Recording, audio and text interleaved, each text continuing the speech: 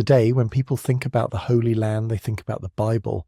Abraham and Isaac, Moses and the Exodus, David and Solomon.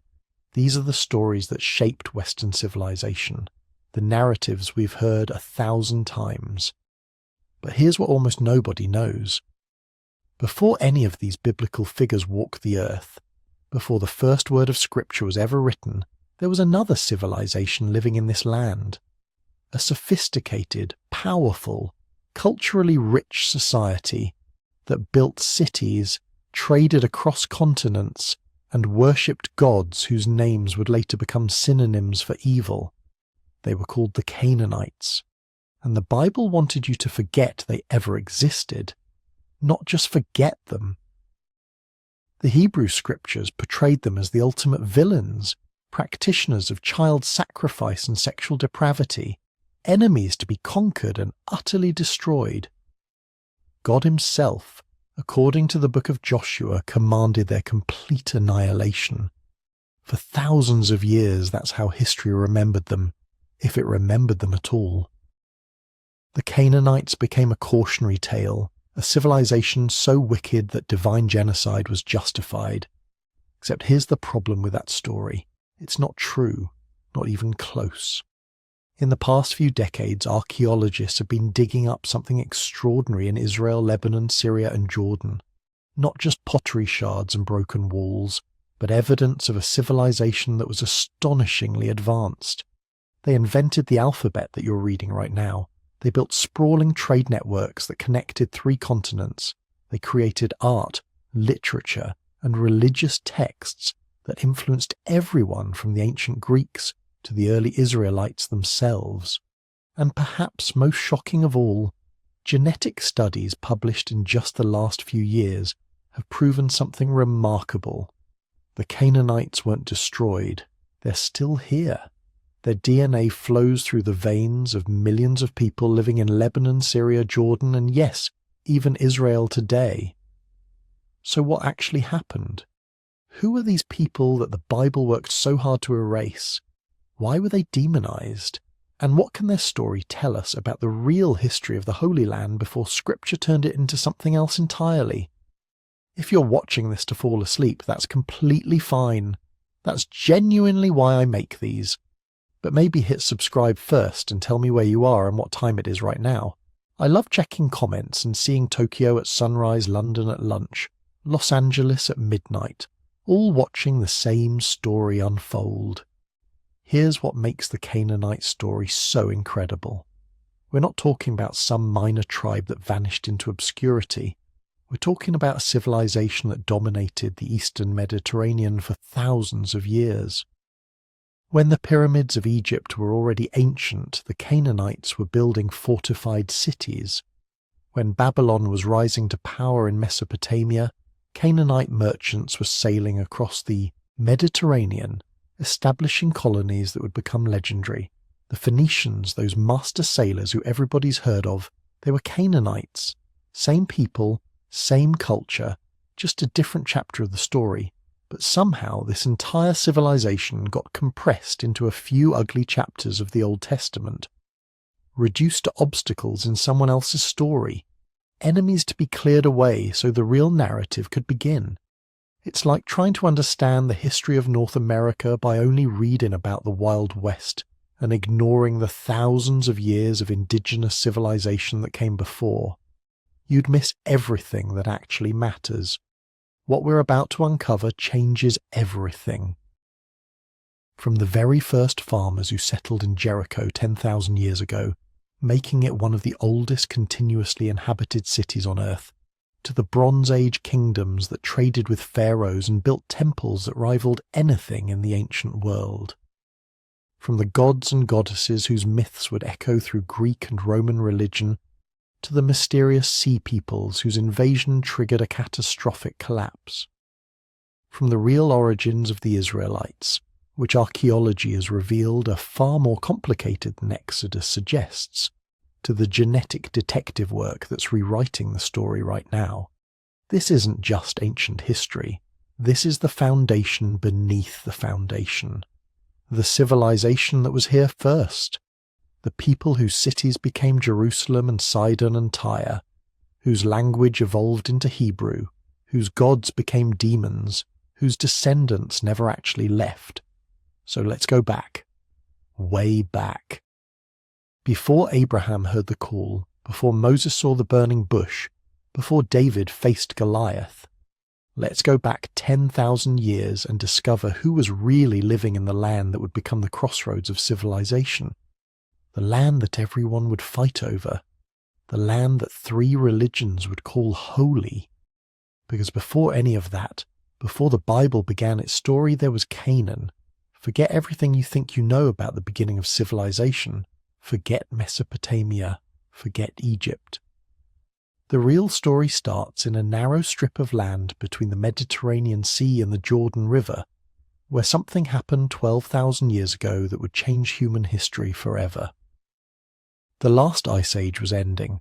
For 100,000 years, glaciers had covered much of the northern hemisphere, locking up so much water that sea levels were 400 feet lower than today. You could walk from Europe to Britain, from Siberia to Alaska. The world was a very different place. But around 12,000 BCE, the climate shifted. Temperature rose, rainfall patterns changed, and in one specific region, something extraordinary happened. The eastern Mediterranean coast, the land that would eventually be called Canaan, transformed into what anthropologists now call the Fertile Crescent's western anchor. Grasslands that had been sparse and seasonal suddenly became lush and reliable. Wild cereals, barley and wheat spread across hillsides in dense harvestable stands. Gazelles, wild cattle, and other game animals multiplied in numbers that seem almost impossible today. And the humans living there noticed. These people, the culture we now call the Natufians, were hunter-gatherers. But they weren't like the mobile bands that had dominated human society for hundreds of thousands of years. They were doing something unprecedented. They were staying put. The archaeological evidence is unmistakable. Starting around 12,500 BCE, Natufian communities began building permanent villages. Not seasonal camps that got abandoned when resources moved. Actual villages with stone foundations, storage facilities, and evidence of year-round occupation. They were building homes designed to last generations, not seasons. The most remarkable site is Ain Malahar in northern Israel. Over 50 circular stone structures, some with plastered floors, arranged in clusters that suggest family units. Storage pits dug into bedrock, grinding stones so heavy they could never be transported. This wasn't a temporary camp, this was home. But here's what's truly wild. They were doing all this before agriculture existed. The Natufians weren't farming. They were harvesting wild grain so abundant that it made sense to stay in one place. They developed sickles with flint blades, tools specifically designed for cutting grain stalks. The blades show a distinctive polish, what archaeologists call sickle sheen, created by cutting silica-rich grain stems over and over. They built granaries to store their harvests. They developed elaborate grinding stones to process the grain into flour. They had essentially created all the infrastructure of agricultural civilization without actually domesticating a single plant. They were living on nature's abundance, but in a way that required permanent settlement, specialized tools, and complex planning. It was an evolutionary stepping stone, a halfway point between mobile hunting and farming that nobody had predicted could exist. And it worked. For over 3,000 years, Natufian sites show evidence of populations far larger than typical hunter-gatherer bands. Some villages might have housed 200, 300 people living together year-round.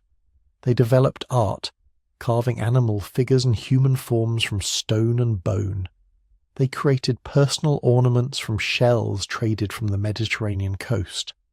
They buried their dead with elaborate grave goods, suggesting concepts of status and perhaps even early forms of inherited wealth.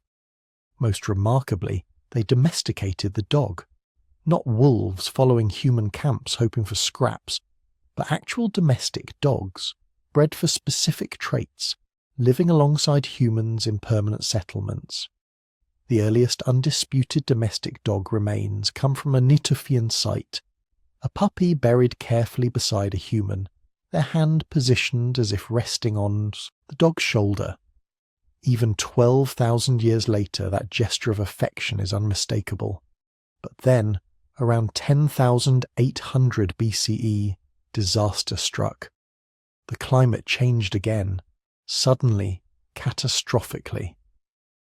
A period called the Younger Dryas plunged the region back into near Ice Age conditions for over 1,000 years. The wild grain fields that had supported permanent villages began failing. Rainfall became unreliable, the easy abundance disappeared. The Natufians faced a choice. They could go back to mobile hunting and gathering, abandoning their villages and their settled lifestyle, or they could try something desperate. They could attempt to control their food supply directly. They chose the second option, and in doing so they invented agriculture. The transition wasn't smooth or intentional. It was a messy, desperate response to environmental crisis. But by 9,500 BCE, communities across the region were deliberately planting and harvesting domesticated grains. They were selecting seeds from the most productive plants, saving them through winter, and planting them in prepared fields the following spring. The Neolithic Revolution, the transformation from hunting and gathering to farming, wasn't a discovery. It was an act of desperation by a people who refused to give up their settled lifestyle when nature stopped providing. And it happened first, or at least very early, right here in Canaan. By 9,000 BCE, farming villages dotted the landscape from the Mediterranean coast to the Jordan Valley. Permanent settlements built from mud brick, harvesting domesticated wheat and barley, herding early domestic goats and sheep. These weren't just villages anymore. They were becoming something else entirely. Enter Jericho. Walk into any archaeology department and mention Jericho, and you'll see professors' eyes light up. Because Jericho isn't just ancient. It's absurdly ancient. Impossibly ancient. So ancient that it makes other ancient cities look like modern suburbs. The first settlement at Jericho dates to around 9,600 BCE. That's 11,600 years ago. For context, that's 6,000 years before the Egyptian pyramids, 7,000 years before Stonehenge, 8,500 years before the first writing appears in Mesopotamia. And it wasn't a village. By 8,000 BCE, Jericho had become something that wouldn't be matched anywhere else in the world for thousands of years. It had a stone wall, a massive stone wall over 11 feet tall and 5 feet thick running around the entire settlement. Inside the wall was a stone tower, 28 feet tall, with an internal staircase of 22 steps. Read that again. 10,000 years ago, people in Jericho were building monumental architecture in stone. Nobody knows why. The wall doesn't seem designed for defense, at least not against human enemies. It's too small to protect against a determined army. Some archaeologists think it was a flood barrier protecting the settlement from seasonal flooding.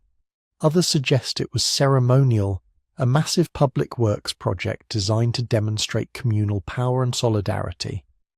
But here's the truly bizarre part. The people living in Jericho were engaged in what can only be described as a skull cult. They were burying their dead beneath the floors of their houses, normal enough for Neolithic societies, but then weeks or months later they would dig up the skulls. Just the skulls. They would remove the jawbone, fill the skull with mud or plaster, and carefully model facial features over the bone. Eyes made from shells, painted facial features, individual portrait-like reconstructions. These plastered skulls were then kept in the houses, probably displayed prominently. We found dozens of them, each one individually modelled, each one unique. They weren't religious idols or generic representations of ancestors. They were portraits, specific individuals preserved and remembered. What does this mean? Nobody knows for certain. Maybe they were honouring important ancestors. Maybe they believed the dead needed to remain part of the household. Maybe it was early ancestor worship, the preserved faces of family patriarchs or matriarchs watching over their descendants.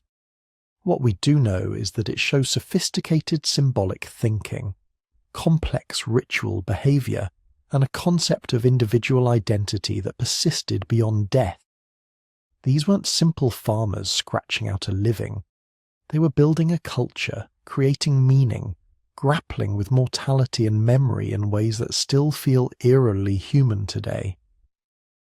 By 7000 BCE, Jericho was part of a broader transformation sweeping across Canaan and the wider Fertile Crescent.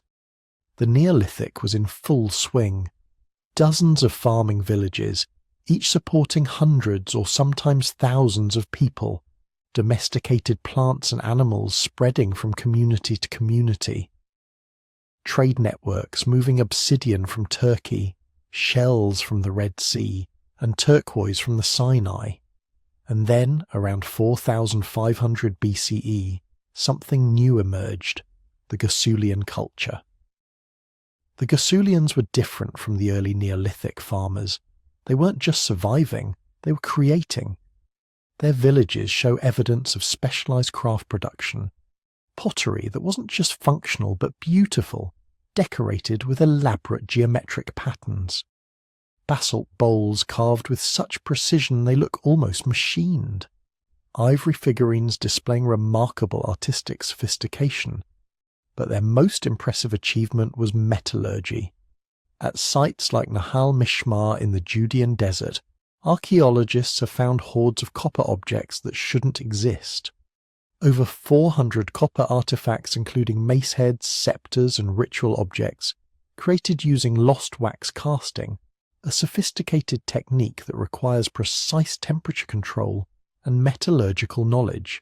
This is 4500 BCE. Writing hasn't been invented yet. Cities in the modern sense don't exist, but people in Canaan were creating copper objects using techniques that wouldn't be matched in most of the world for another 1,000 years. The Gasulians were also artists. At Telalet Gasel, archaeologists uncovered wall paintings that seemed to depict religious or mythological scenes. An 8-pointed star surrounded by smaller figures, geometric patterns of impossible complexity, possibly even a dragon-like creature, though the fragmentary preservation makes interpretation difficult. These weren't simple decorations. They were narratives, stories being told through visual art. Religion, mythology, and cosmology being expressed before anyone could write them down. But perhaps the most important thing about prehistoric Canaan wasn't what made it special. It was where it was located. Look at a map. Canaan sits at the crossroads of 3 continents, Africa to the south, Asia to the east, Europe to the north across the Mediterranean. Any migration, any trade route, any army moving between these regions had to pass through this narrow coastal strip. This geography was destiny. Canaan would always be a bridge, a meeting point, a battleground. The people living here would always be influenced by, trading with, and fighting against empires from every direction.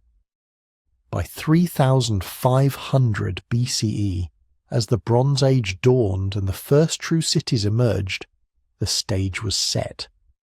Canaan had already seen 6,000 years of settlement, agricultural innovation, artistic achievement, and cultural development.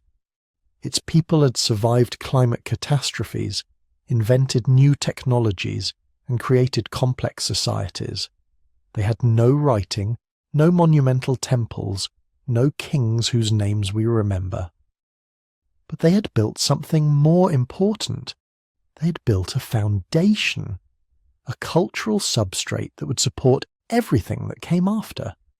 Because the Canaanites weren't going to just appear out of nowhere. They were already there, already ancient, already carrying 6,000 years of history in their bones. when the Bronze Age finally arrived, it wouldn't create Canaanite civilization. It would merely name it. Around 3500 BCE, something unprecedented was happening in the Levant.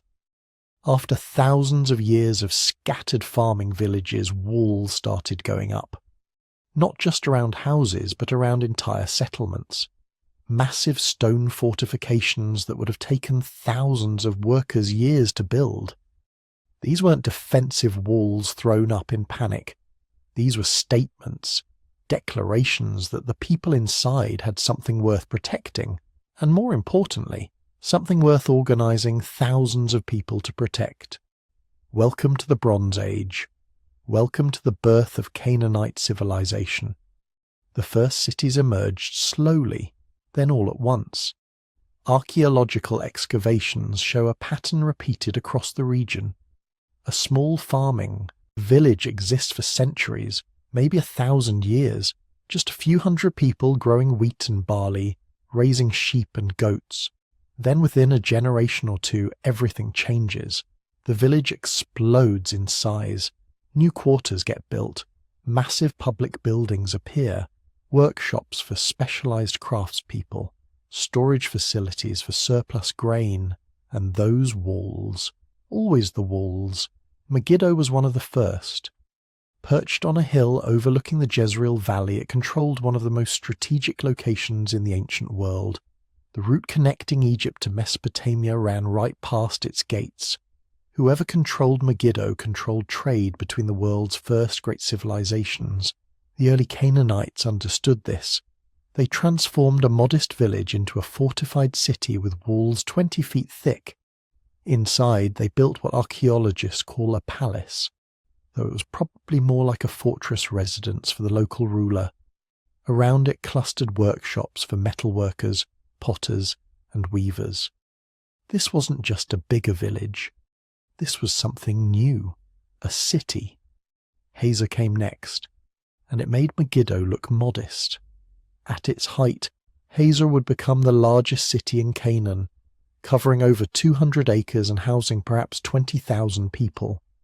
To put that in perspective, that's a population density comparable to many medieval European cities.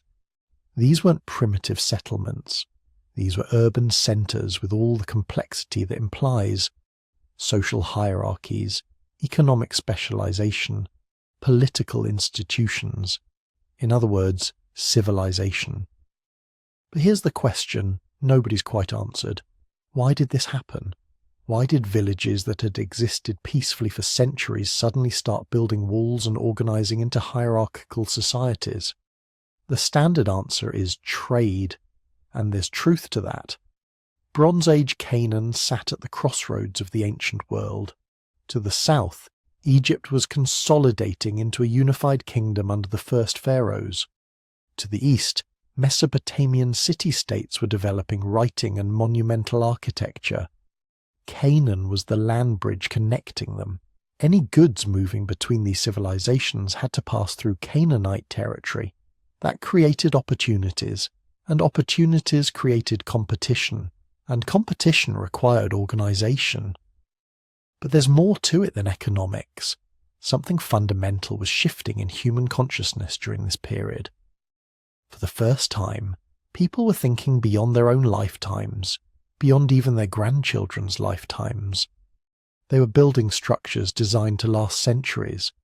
They were creating institutions that could outlive any individual. They were, in effect, inventing the future. The archaeological record shows this in startling detail. Early Bronze Age Canaan wasn't just building bigger settlements. They were building different kinds of settlements. Specialized sites appear that couldn't have been self-sufficient. Mining camps in the Arabah extracting copper. Coastal settlements focused entirely on fishing and maritime trade. Inland cities that seem to have existed primarily as administrative and religious centers. This is systems thinking. This is people organizing themselves not as isolated communities but as networks of interdependent settlements. And then Egypt noticed. Around 3100 BCE, the first pharaohs unified Upper and Lower Egypt into a single kingdom. Within a few generations, they were looking north toward Canaan with considerable interest. Egyptian records from this period are fragmentary, but they show clear evidence of military expeditions into Canaanite territory. Pottery and luxury goods from Egypt start appearing in Canaanite cities. More ominously, some Canaanite sites from this period show signs of violent destruction, followed by rebuilding in Egyptian style. The pattern would repeat throughout Canaanite history. Egypt was too powerful to ignore and too close to escape. But the relationship wasn't simply one of domination. The Egyptians needed Canaan as much as Canaan needed Egypt. Cedar wood from the Lebanese mountains, copper from Timnah, wine, oil, and grain. And most importantly, access to trade routes connecting Egypt to the wider world. So Egyptian influence in Canaan during this early period was probably more subtle than later conquests. Less military occupation, more economic partnership. With occasional punitive expeditions when Canaanite cities got too independent for Egyptian comfort. But the Canaanites weren't just passive recipients of Egyptian influence. They were building their own networks, developing their own expertise. By 3000 BCE, Canaanite merchants were sailing the eastern Mediterranean, establishing trade connections with Cyprus, Crete, and the Anatolian coast. They were moving overland to Mesopotamia, bringing back ideas and technologies that transformed Canaanite society. The evidence is written in metal. Bronze, the alloy that gives this age its name, requires both copper and tin. Copper was available locally in the Arabah, but tin had to be imported, probably from as far away as Afghanistan or Anatolia. To maintain a bronze industry, Canaanite cities needed to sustain trade networks spanning thousands of miles. This required infrastructure, established routes, trusted intermediaries, systems of credit and debt, in other words, international commerce. The Canaanites were among the first peoples to master it, and they needed to keep records, which brings us to one of Canaan's most extraordinary contributions to human civilization. Writing. Now, the Canaanites didn't invent writing. That honor goes to the Sumerians in Mesopotamia around 3200 BCE, or possibly to the Egyptians around the same time. Early writing systems were incredibly complex. Sumerian cuneiform used hundreds of symbols. Egyptian hieroglyphics had over 700. These systems required years of training to master. They were the exclusive domain of specialized scribes, creating an educated elite who controlled access to recorded information. But sometime around 2000 BCE, in the copper mines of Serabit el-Qadim in the Sinai Peninsula, somebody had a revolutionary idea. What if, instead of symbols representing entire words or syllables, each symbol represented just a single sound? You could reduce the entire system to maybe 30 symbols, one for each basic sound in the language. Anyone could learn it in weeks instead of years. This was the Proto-Sinaitic script, the world's first alphabet, and it was probably invented by Canaanite workers or merchants operating in Egyptian territory. The early inscriptions are crude, scratched into rock faces by people who were clearly experimenting with a new technology. But the implications were staggering. For the first time, writing could be democratized.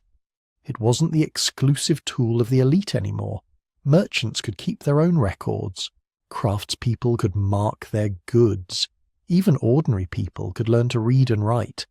Every alphabet you've ever seen descends from this Canaanite innovation. The Phoenician alphabet, the Aramaic alphabet, Greek, Latin, Arabic, Hebrew, Cyrillic, Devanagari.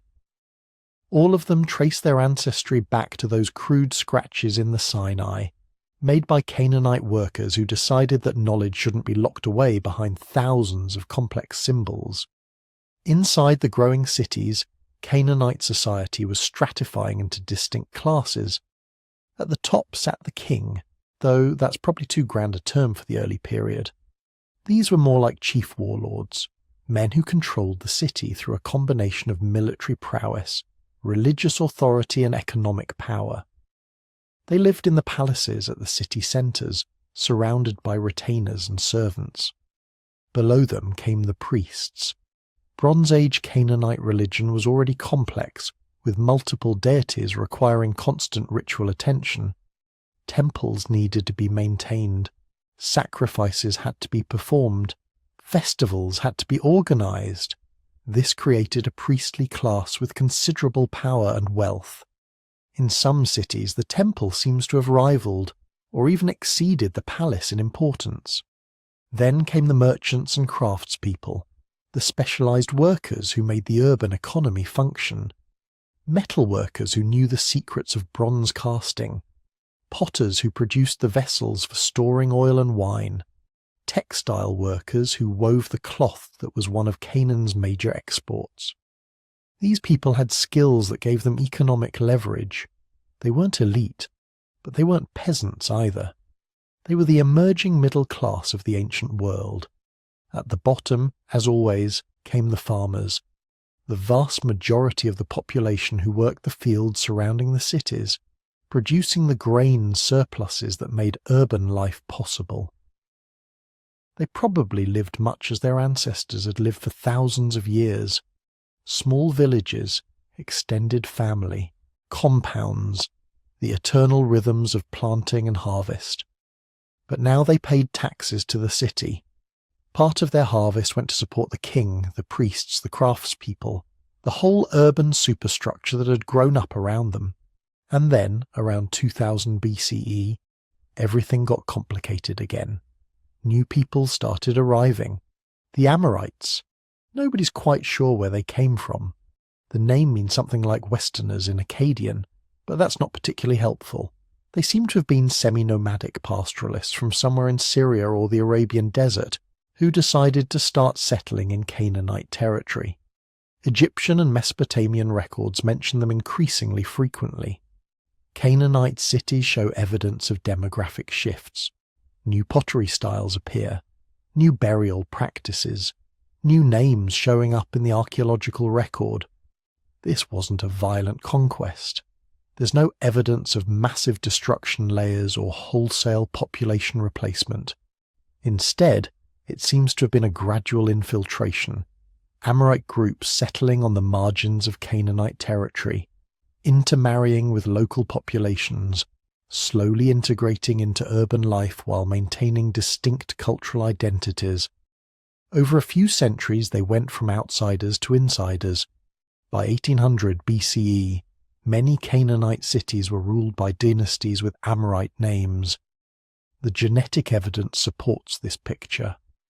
Modern DNA studies show that Bronze Age Canaanite populations were remarkably diverse, with ancestry from multiple sources.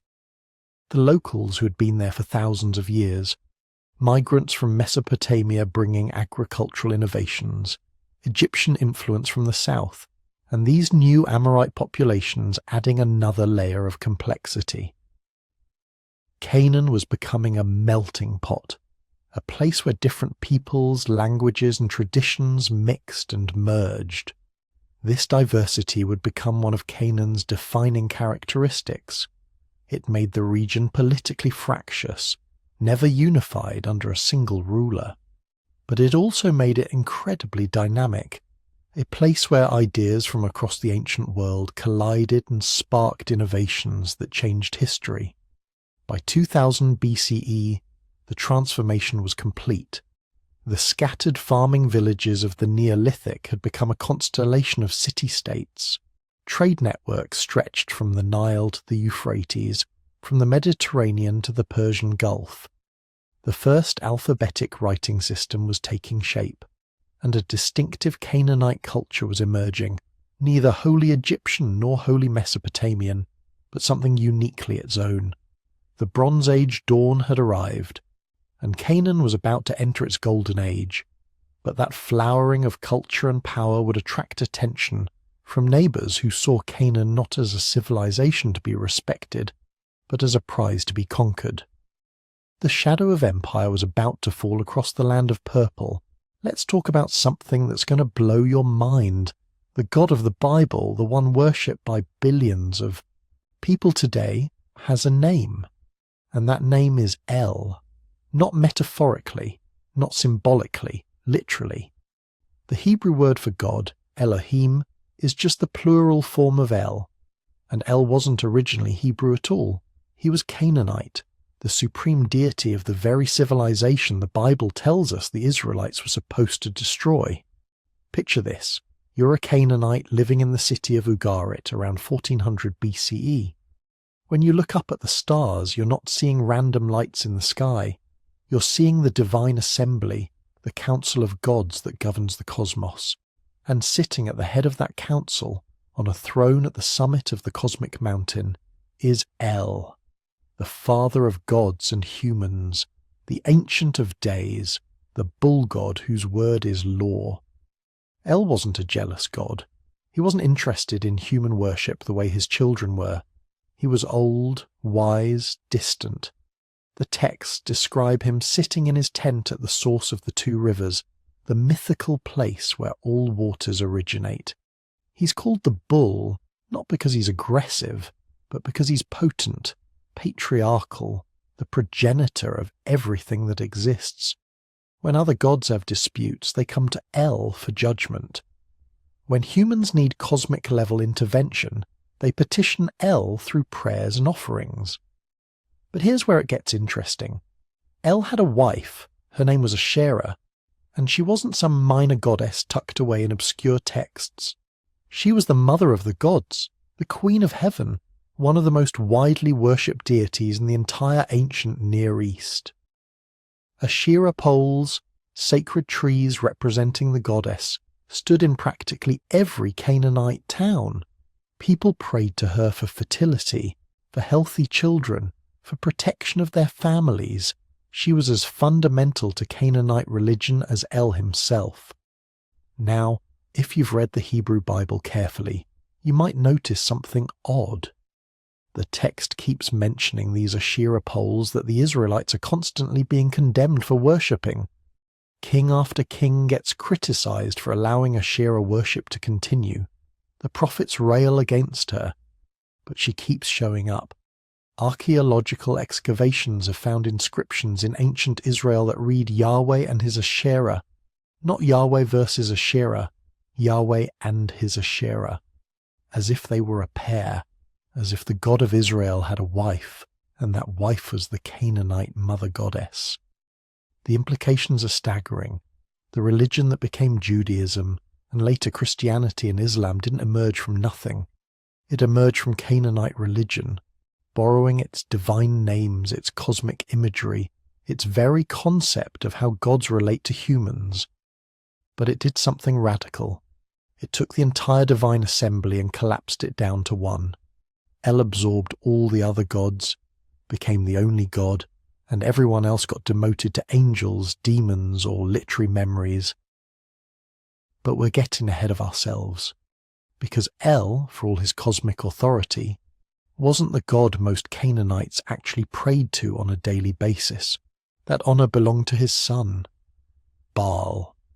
If El was the distant patriarch, Baal was the young warrior prince who actually got things done. Baal-Hadad, the storm god, the rider of clouds, the one who brought the rain that kept people alive. In the agricultural world of ancient Canaan, where a few weeks without rain meant famine and death, Baal wasn't just important, he was everything. When storm clouds gathered on the horizon, that was Baal riding his chariot across the sky. When lightning struck, that was Baal's weapon. When thunder rolled, that was Baal's voice announcing his presence. The Baal cycle, a collection of texts discovered at Ugarit, tells his story, and it's epic. Baal doesn't start out as king of the gods. He has to fight for that position. His great enemy is Yam, the god of the sea and chaos. Yam represents everything that threatens human civilization, the destructive waters that flood cities, sink ships, destroy crops. Baal battles Yam in a cosmic showdown, wielding magical weapons forged by the craftsman god Kothawakasis. Baal wins. Order defeats chaos. Civilization triumphs over the destructive sea. But Baal's greatest battle is still to come, because there's another god who challenges his authority. Mocha, death itself, the god of the underworld, sterility, and the dry season. Every year Baal must descend into the underworld and face Mot, and every year Baal dies. When Baal dies, the rains stop, crops wither, the earth becomes barren, El and Asherah mourn. The divine assembly wears sackcloth. All of creation groans under the rule of death. But then, after months in the underworld, Baal returns. He defeats Mot, not permanently, because death can never be permanently defeated, but enough to restore life to the world. The rains return, crops grow, life continues. This isn't just mythology. This is the agricultural cycle transformed into divine drama. Every farmer in Canaan understood this story viscerally, because they lived it every single year. Now, if some of this sounds familiar, it should. The combat myth, where a storm god defeats the sea, shows up everywhere in biblical literature. Psalm 74 describes Yahweh crushing the heads of Leviathan, the sea monster. Psalm 89 mentions Yahweh defeating Rahab, another chaos creature. The book of Job describes God's power over the primordial sea. Isaiah uses the same language. Even in Revelation, the final victory involves a new creation where there is no more sea. The sea, representing chaos and death, must be defeated before paradise can be restored. The biblical authors weren't plagiarizing. They were inheriting a mythological language that had been part of their culture for thousands of years. They just reassigned all of Baal's victories to Yahweh. But the divine realm wasn't just El, Asherah, Baal, and Mot. There were dozens of other deities, each with specific domains and responsibilities. Shaphash, the sun goddess, who travelled through the underworld, each night and knew all secrets. Anat, Baal's warrior sister, fierce and bloodthirsty, who helped him in his battles. Kothawakasis, the divine craftsman who built palaces for the gods and weapons for heroes. Resheph, the god of plague and disease. Dagon, the grain god. The list goes on. These weren't abstract concepts. To the Canaanites, these were real beings with personalities, preferences, and power. You didn't just believe in them. You negotiated with them. You made offerings to Baal for rain. You prayed to Asherah for children. You petitioned Shaphash if you needed justice, because she saw everything. You feared Resheph during disease outbreaks, and made offerings to appease him. And this brings us to the temples, the places where heaven and earth connected. Canaanite temples weren't like modern churches or synagogues. You didn't go there for weekly services or to hear sermons. Temples were literally the houses of the gods. Each major city had temples dedicated to their patron deities. Inside, hidden behind curtains in the innermost chamber, stood the divine statue, the physical manifestation of the god's presence. Only priests could enter that space. Everyone else remained in the outer courts, bringing offerings that the priests would present to the deity on their behalf. Now we need to address the elephant in the room: sacred prostitution. For centuries, scholars claim that Canaanite temples employed sacred prostitutes, women who had ritual sex with worshippers as part of fertility rites. The Bible seems to reference this practice. Classical Greek and Roman authors described it. It became one of the most repeated facts about Canaanite religion, used to paint them as morally degenerate compared to the pure Israelites. There's just one problem.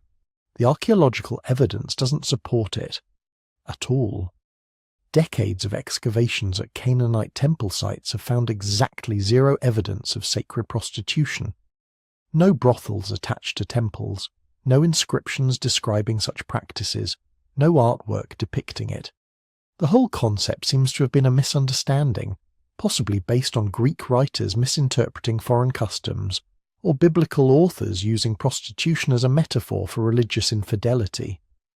What archaeology does show is that Canaanite temples functioned as economic centres, storing grain and wealth, organising trade, and employing scribes, craftsmen, and administrators. They were complex institutions that played crucial roles in urban life. Were there rituals involving sexuality? Probably. Fertility was central to ancient agricultural societies, and religious practices often reflected this concern. But systematic temple prostitution? The evidence just isn't there. But then there's the darker question: child sacrifice, the Tophet, Moloch. The Bible repeatedly accuses the Canaanites of sacrificing their children to gods by burning them alive. The prophets describe these practices with horror. Archaeological sites across the Phoenician world, from Carthage to Sicily, have revealed cemeteries filled with urns containing the cremated remains of infants and young children. Is this proof that the biblical authors were right? Here's where we need to be honest and careful. The archaeological evidence is real. The urns exist. Chemical analysis confirms they contain human remains. But the interpretation is fiercely debated. Some scholars argue this is direct evidence of child sacrifice, exactly as described in ancient texts. Others point out that infant mortality rates in the ancient world were catastrophic, perhaps 40–50% of children dying before age 5. They suggest these might be burial grounds for children who died naturally, with cremation being a special ritual for particularly tragic deaths. The truth is probably complex and possibly varied by time and place. There's evidence that in extreme circumstances, during sieges or catastrophic famines, some communities did practice child sacrifice. Ancient texts from outside the Bible confirm this. But was it routine, casual, a regular feature of normal religious life? The evidence suggests not.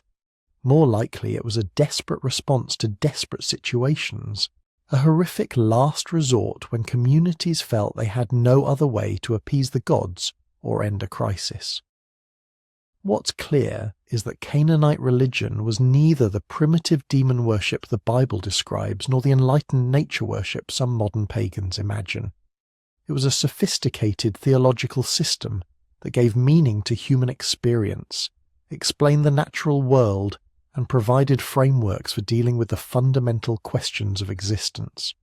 Why does it rain? Because Baal rides his clouds. Why do crops fail? Because Baal has descended to the underworld. Why do we suffer? Because we're caught in the eternal battle between order and chaos, life and death, fertility and sterility. And when a new god emerged from this divine assembly, a god who claimed to be the only god, who absorbed El's cosmic authority and Baal's active intervention and Asherah's protective care all into a single divine personality, that God carried with him all the mythological language, all the cosmic imagery, all the theological concepts that Canaanite religion had spent thousands of years developing. The gods of Canaan didn't disappear, they transformed, they merged. They became the angels and demons of later tradition, the cosmic powers and principalities that still populate religious imagination today. Their stories became the Bible's stories. Their imagery became the Bible's imagery. Their very names became the Bible's names for God. But before that transformation could happen, Canaanite civilization had to reach its peak, and that's exactly what it did. For several centuries between 2000 and 1550 BCE, Canaan experienced what historians call its golden age. Cities flourished, trade networks expanded, culture and art reached new heights. This was Canaan at its absolute zenith, before the empires came, before the collapse, before everything changed forever. Around 2000 BCE, something extraordinary was happening in Canaan. After centuries of gradual development, the Canaanite cities weren't just growing anymore, they were exploding. Population densities in some urban centres tripled within a single generation. Wealth poured in from trade routes connecting 3 continents, and the Canaanites responded by building something the Levant had never seen before. True cities, not just fortified towns or trading posts, but massive urban centres with populations in the tens of thousands, sophisticated infrastructure, and defensive systems that would make a modern military engineer jealous. This was the Middle Bronze Age, roughly 2000 to 1550 BCE, and it represents the absolute zenith of Canaanite civilization. The Golden Age. The period when Canaan wasn't just surviving on the margins of greater empires, but standing as a power in its own right, a civilization wealthy enough, organized enough, and militarily formidable enough to shape the politics of the entire ancient Near East. The most visible sign of this transformation was the fortifications. Canaanite cities from this period were surrounded by defensive systems unlike anything that had come before. We're not talking about simple walls. These were massive earthen ramparts called glacis, sloping structures sometimes reaching 30 to 40 feet high, faced with smooth plaster that made them nearly impossible to scale. Behind these ramparts rose thick stone walls, often 15 to 20 feet thick at the base, with towers positioned at regular intervals for defensive fire. Archaeological excavations at sites like Tel Dan, Megiddo, and Giza reveal gate systems so elaborate they required attackers to navigate multiple choke points, all under constant fire from defenders above. These gates weren't just defensive, they were architectural statements, massive stone structures decorated with elaborate masonry, designed to impress visitors and intimidate potential enemies. Anyone approaching a major Canaanite city in this period would have understood immediately that they were dealing with a sophisticated, wealthy, and militarily competent civilization. But the real jewel in Canaan's Golden Age crown was Hazor. Located in the Upper Galilee, Hazor during the Middle Bronze Age was nothing short of staggering. The lower city alone covered approximately 175 acres, with an upper acropolis adding another 30 acres. Total urban area, over 200 acres, making it larger than contemporary Babylon, larger than any city in Egypt, the largest urban centre in the entire Levant, and one of the great metropolises of the ancient world. Population estimates for Hazor at its height range from 20,000 to 40,000 people. To put that in perspective, most Canaanite cities of the period had populations between 1,000 and 5,000. Hazor was operating on a completely different scale. This was a true city, with all the complexity that implies. Specialized craft quarters where artisans produced pottery, textiles, and metalwork. Administrative districts with scribes recording trade transactions and tax payments. Temple complexes serving multiple deities. Residential areas stratified by wealth, from palatial estates to crowded worker housing, and all of it surrounded by those massive fortifications that announced Hazor's status to anyone who approached. What made Hazor so successful? Location, location, location. The city sat astride the main trade route connecting Mesopotamia to Egypt, the Via Maris. Every caravan moving between the great powers of the Bronze Age passed through Hazor's territory. The city's rulers could tax that trade, regulate it, protect it, and profit enormously from it. Hazor wasn't just a city. It was a commercial empire, a node in a network of exchange that spanned the known world. And this brings us to one of the most fascinating and underappreciated aspects of Canaanite Golden Age, their international connections. Canaan in the Middle Bronze Age wasn't isolated or provincial. It was cosmopolitan, connected, plugged into diplomatic and commercial networks that linked it to every major power of the ancient Near East. Archaeological evidence from Canaanite sites reveals imported goods from staggering distances. Lapis lazuli from Afghanistan, tin from Anatolia, ivory from Egypt or possibly East Africa, copper from Cyprus, silver from Anatolia, luxury textiles from Mesopotamia. This wasn't occasional trade, this was systematic, large-scale commercial exchange. Canaanite merchants were operating in foreign markets. Foreign merchants were establishing permanent residences in Canaanite cities. Some urban centres had what amounted to foreign quarters, residential districts where traders from other regions lived year-round, maintaining the commercial connections that made everyone wealthy. But the international connections went deeper than just trade. The Canaanites were also diplomatic players. Cuneiform tablets found at various sites show Canaanite rulers corresponding with their counterparts in Mesopotamia and Anatolia. These weren't vassal states begging for protection. These were diplomatic equals negotiating alliances, arranging royal marriages, coordinating military campaigns.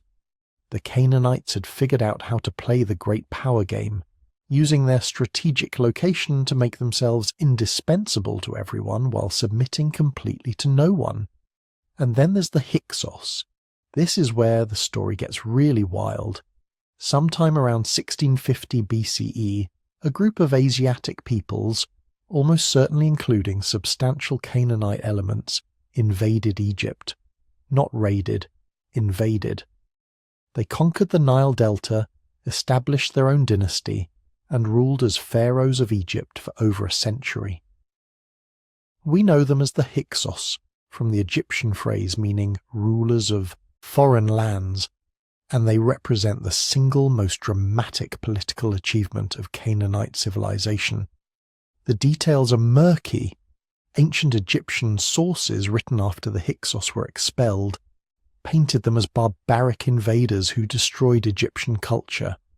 But archaeology tells a different story. The Hyksos didn't destroy Egyptian civilization. They adopted it. They built in Egyptian styles, used Egyptian titles, worshipped Egyptian gods alongside their Canaanite deities. They were cosmopolitan, sophisticated, using their position to foster trade connections between Egypt and the broader Near East. More importantly, they brought new military technologies to Egypt. The Hyksos introduced the composite bow, capable of penetrating armor at distances that made Egyptian weapons obsolete. They brought the horse-drawn chariot, revolutionizing Bronze Age warfare. They imported bronze working techniques that made Egyptian metallurgy more sophisticated. When the Egyptians finally expelled the Hyksos around 1550 BCE, they immediately adopted all these military innovations. The aggressive, expansionist new kingdom that would dominate Canaan for the next 4 centuries was built on technologies the Hyksos had brought from the north. So who were the Hyksos exactly?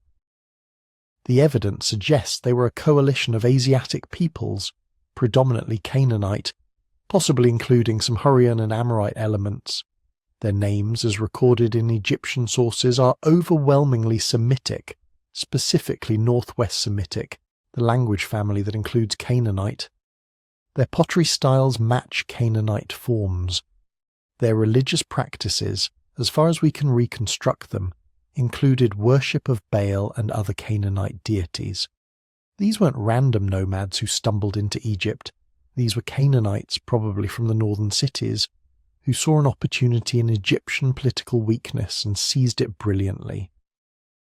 Back in Canaan itself, life during the Golden Age reached levels of sophistication that wouldn't be matched again for centuries. The archaeological record from Middle Bronze Age sites reveals a society that had mastered the arts of civilized living.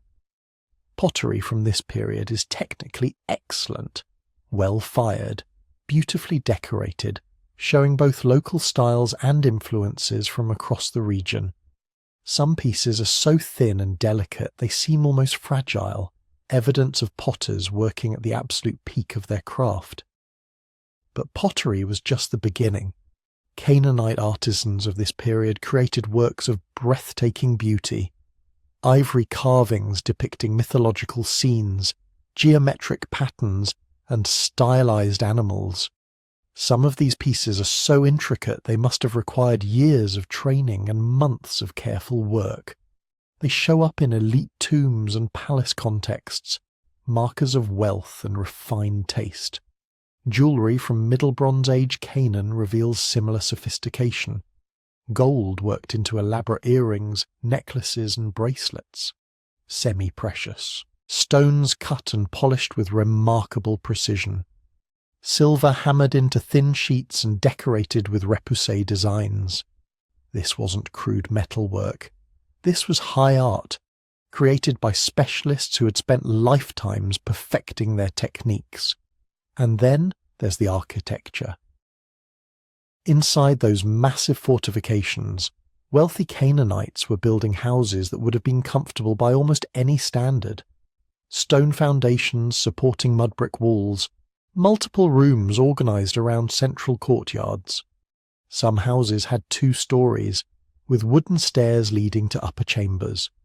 Roofs were flat, used for sleeping in hot weather, for drying food, for socialising in the evenings. Wealthier homes had private wells or cisterns, ensuring water supply even during sieges. The truly elite lived in something approaching palatial splendour. Archaeological excavations have revealed administrative buildings and elite residences with dozens of rooms, elaborate columned halls, private temples or shrines, storage facilities capable of holding months or years' worth of supplies. These were the homes of Canaan's ruling class, the families who controlled trade, commanded military forces, negotiated with foreign powers, and accumulated wealth beyond the imagination of common citizens. But what about those common citizens? What was daily life actually like for ordinary Canaanites during the Golden Age? The archaeological evidence, combined with texts from contemporary civilizations, gives us a surprisingly detailed picture. Most people lived in much simpler houses, often single-room structures where entire families ate, slept, and worked together. Privacy was minimal. Personal space was a luxury few could afford. Daily life revolved around work. Most Canaanites were farmers, shepherds, or craftspeople. They rose at dawn, worked until sunset, and spent their evenings maintaining tools, preparing food, and participating in the social life of their communities. Diet was simple, but adequate. Bread made from wheat or barley formed the staple, supplemented with lentils, chickpeas, onions, garlic, and seasonal vegetables. Those near the coast ate fish. Most families kept some livestock, goats or sheep, providing occasional meat and daily dairy products.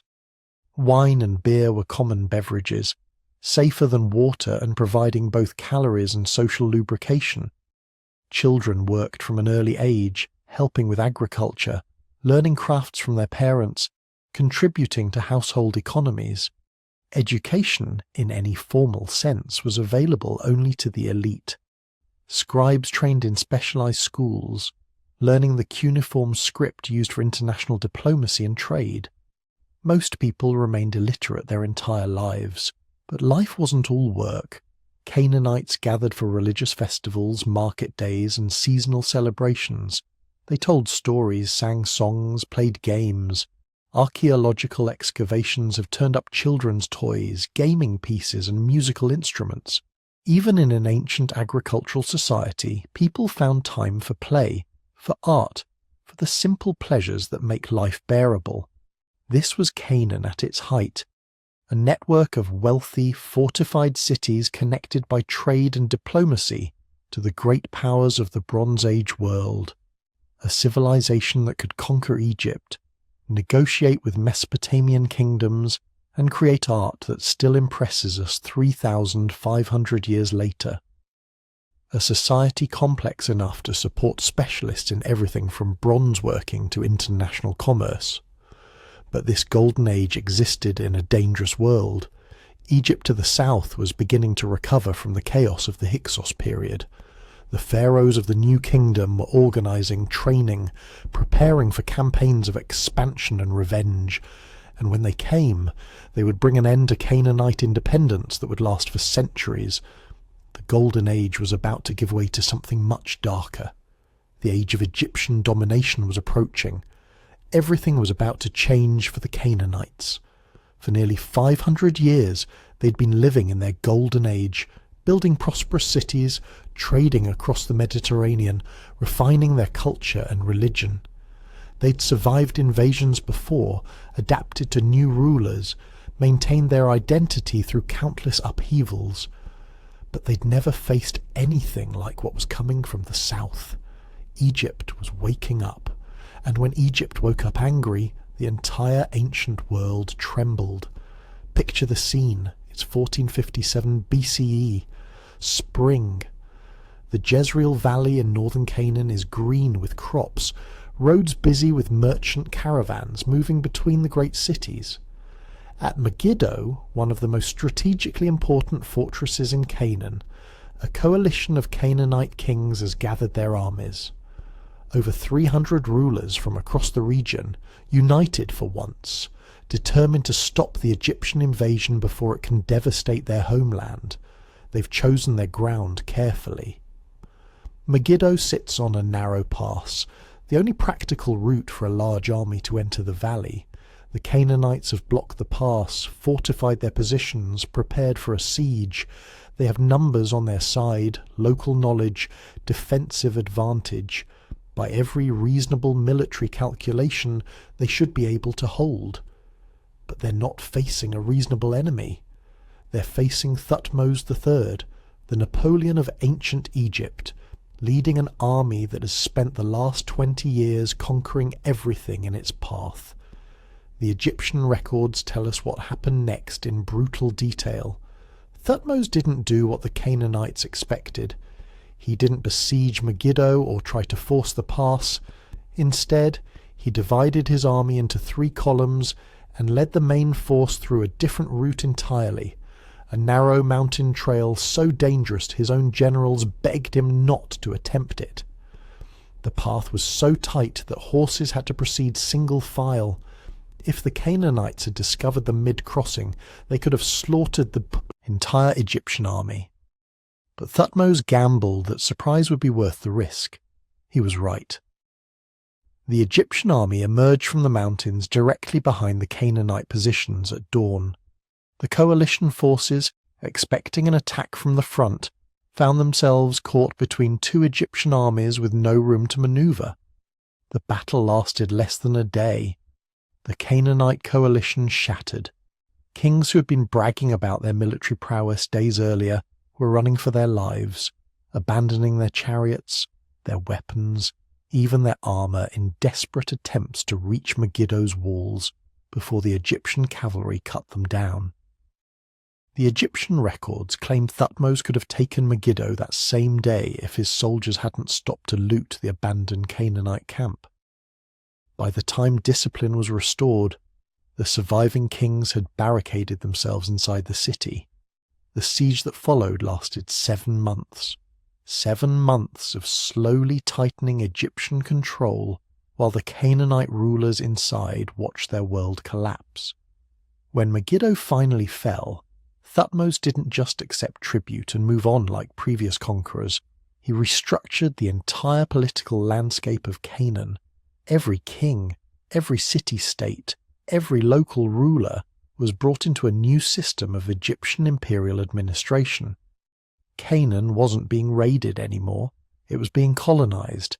This was the beginning of 350 years of Egyptian domination, a period that would fundamentally transform Canaanite society and set the stage for everything that came after, including the emergence of Israel. The Egyptian colonial system was sophisticated and brutal in equal measure. They didn't try to replace local rulers entirely. That would have been too expensive, required too many Egyptian administrators, too many garrison troops. Instead, they created a system of vassal kings, Canaanite rulers who stayed on their thrones but answered to Egyptian governors. The key to the whole system was tribute. Every year, enormous quantities of goods flowed from Canaan to Egypt: grain, olive oil, wine, timber, copper, silver, gold. Finished goods like textiles and pottery, luxury items like ivory and precious stones, and slaves, always slaves, war captives, criminals, debtors, sometimes just people seized because the local ruler needed to meet his quota. To ensure compliance, Egypt established a network of garrison towns throughout Canaan: Beth Shean, Gaza, Joppa. These weren't just military posts. They were administrative centres staffed by Egyptian bureaucrats who kept meticulous records of every transaction, every shipment of goods, every local dispute that might threaten Egyptian interests. And we can read those records today. Not the Egyptian administrative documents, most of those are lost, but something even better, the Amarna letters. These are the desperate diplomatic correspondence of Canaanite kings writing to their Egyptian overlords, and they reveal a world in crisis. The letters were discovered in Egypt at the site of Akhetaten, the short-lived capital built by the pharaoh Akhenaten. Nearly 400 clay tablets written in Akkadian, the diplomatic language of the ancient Near East. Most are from Canaanite rulers, and they paint a picture of a colonial system falling apart. Reading them is like eavesdropping on a world on the edge of collapse. The Canaanite kings are constantly complaining, accusing each other of disloyalty, begging for Egyptian military support, reporting on invasions and rebellions. The tone is servile but desperate. These are men who know they're losing control. One king writes that he's been attacked by his neighbours and all his lands have been seized. He begs the pharaoh to send even 50 soldiers, just 50, to help him survive. Another reports that his entire city is in revolt and he's barricaded himself in his own palace. A third claims his fellow vassal kings are conspiring with Egypt's enemies and should be punished. But the most intriguing references are to a group called the Habiru. The Habiru appear again and again in the Amarna letters and other ancient Near Eastern texts from this period. They're described as outlaws, bandits, rebels, displaced persons. Some Canaanite kings claim the Habiru are invading their territories, burning cities, disrupting trade routes. Others are accused of hiring Habiru as mercenaries or even joining them. The identity of the Habiru is one of the great mysteries of ancient Near Eastern studies. The name sounds like Hebrew, and for over a century scholars have debated whether these are the same people. Are the Habiru the early Israelites, or just one of many displaced groups in a chaotic period? Or is the similarity in names just a linguistic coincidence? Here's what we know. The term Habiru isn't ethnic. It's a social category. It seems to refer to people outside the normal social structure, individuals who've left or been expelled from their communities, refugees, escaped slaves, bankrupt farmers, deserters, outlaws. In a stable society, there might be a few dozen such people wandering the margins, but in a collapsing colonial system there could be thousands, and the Amarna period was definitely a time of collapse. The letters make that clear. Egyptian control was weakening. Local kings were fighting each other. Trade routes were becoming too dangerous to use. Whole regions were falling into chaos, and in that chaos, groups of displaced people were finding opportunities. Some Habiru became bandits, raiding settlements and caravans. Others became mercenaries, selling their services to whichever local king would pay. Some may have formed their own communities in the hill country, away from Egyptian garrisons and local kings. They were the dispossessed, people with nothing to lose and everything to gain from disrupting the existing order. Whether they were proto-Israelites or not, the Habiru represent something important. They show us that Canaanite society under Egyptian rule was fracturing, producing large numbers of people alienated from the system. These were exactly the conditions that could give rise to new social movements, new identities, new ways of organizing society. But despite the chaos, despite the tribute demands and garrison towns and constant warfare, Canaanite culture didn't disappear. It adapted. Egyptian officials might control the cities, but they didn't control the culture. Canaanite religion continued to flourish. Baal and El and Asherah were still worshipped in temples across the land. Canaanite craftsmen still produced their distinctive pottery and metalwork. Canaanite languages were still spoken in the markets and homes. In fact, Egyptian domination might have strengthened Canaanite cultural identity in some ways. When you're being ruled by foreigners, maintaining your traditional customs becomes an act of resistance. The temples weren't just religious centers anymore. They were repositories of Canaanite identity, places where local traditions could be preserved and transmitted even as Egyptian power structures dominated the political landscape. And then came Akhenaten, the heretic pharaoh, the religious revolutionary who decided to throw out thousands of years of Egyptian polytheism and worship only one god, the Aten, the sun disk. Akhenaten's reign from 1353 to 1336 BCE coincides exactly with the Amarna letters period. That's not a coincidence. The letters were found at his capital because that's where they were sent. But here's the thing. While Akhenaten was obsessing over his religious revolution, building a new capital, composing hymns to his one god, the Egyptian empire was falling apart. The Canaanite kings writing to him were getting increasingly desperate. Their letters report invasions, rebellions, famines, plagues.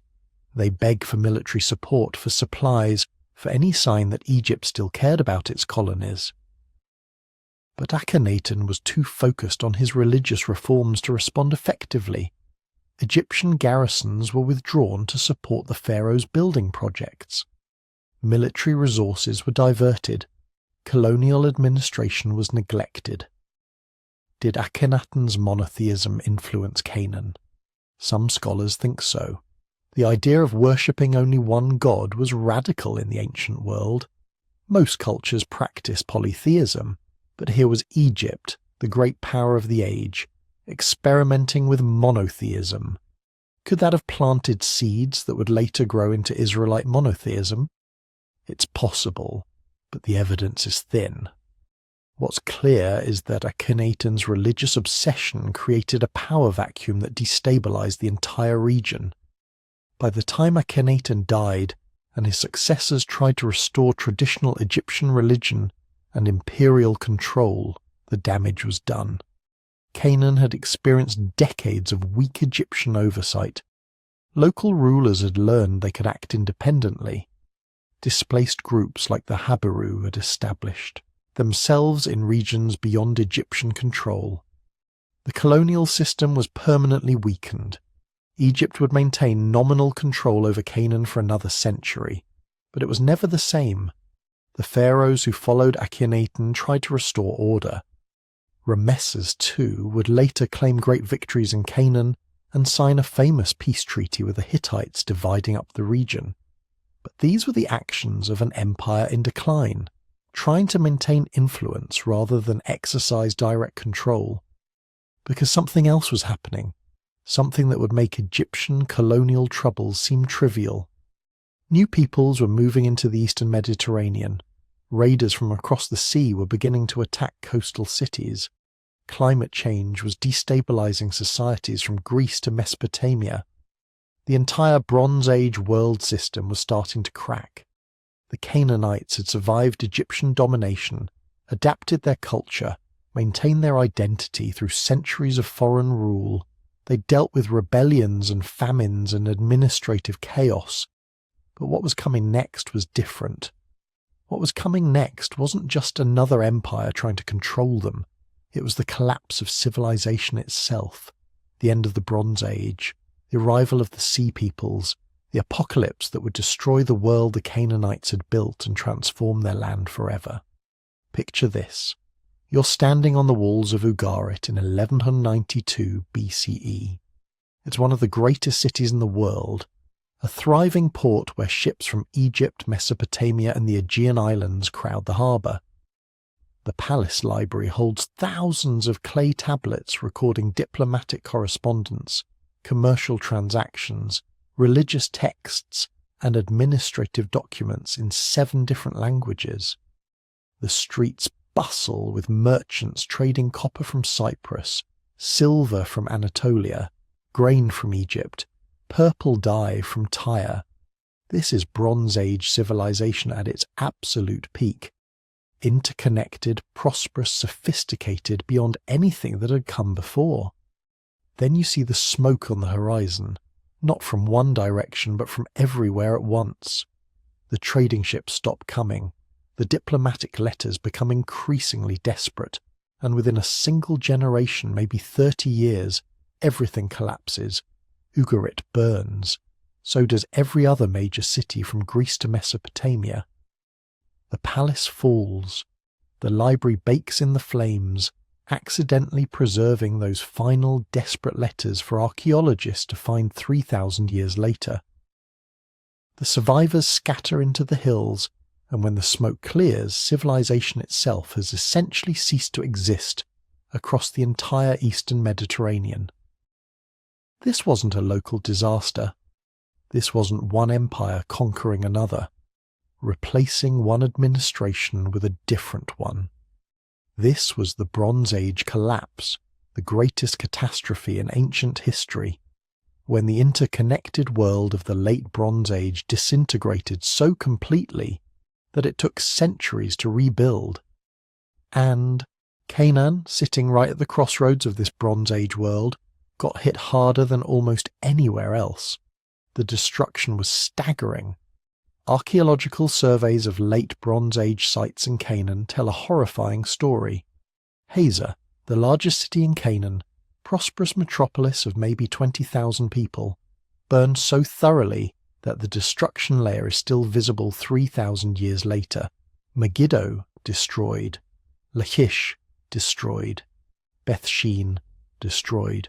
Ashkelon destroyed. City after city shows the same pattern. Massive conflagration layers, buildings collapsed, walls breached, and then nothing.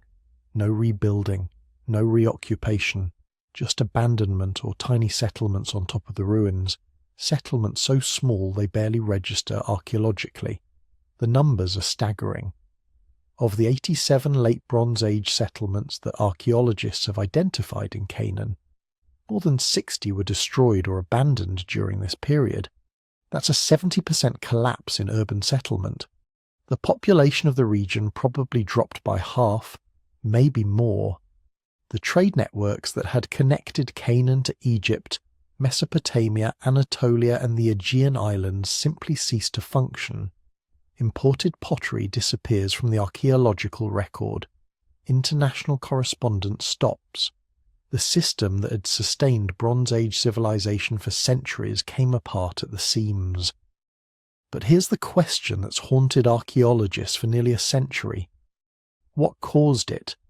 Who or what could have destroyed the entire Bronze Age world so completely and so quickly? For decades, the answer seemed obvious. The Sea Peoples. Ancient texts, particularly Egyptian inscriptions from the reign of Pharaoh Ramesses III, describe massive invasions by mysterious groups of warriors and migrants coming from the sea. The inscriptions list their names: Peleset, Cheker, Shekelesh, Denyen, Weshesh, groups whose origins remain frustratingly obscure. The reliefs at Medinet Habu show great naval and land battles. Ramesses claims to have defeated them, saving Egypt from destruction, but acknowledging that everywhere else fell. The traditional narrative went like this: these sea peoples, whoever they were, swept through the eastern Mediterranean like a tidal wave of destruction.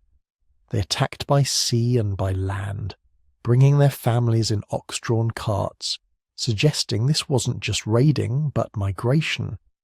They destroyed the Hittite Empire in Anatolia. They burned the great cities of coastal Syria.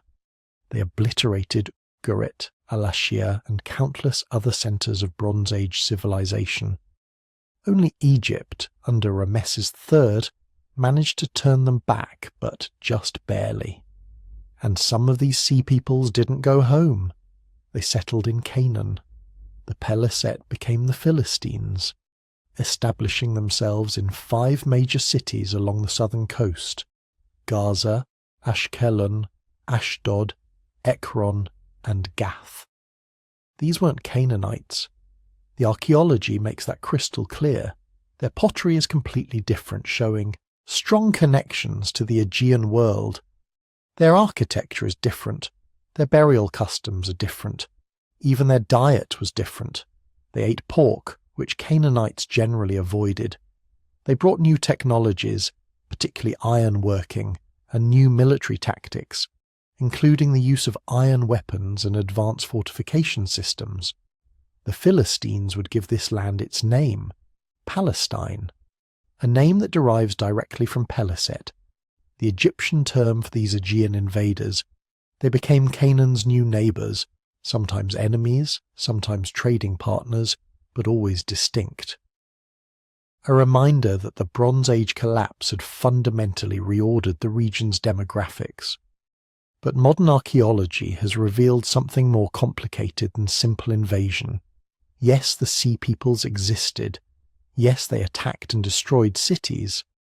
But they weren't the only factor, maybe not even the primary factor, because the collapse shows signs of being a perfect storm, a cascading systems failure where multiple crises hit simultaneously and reinforced each other until the entire Bronze Age world came apart.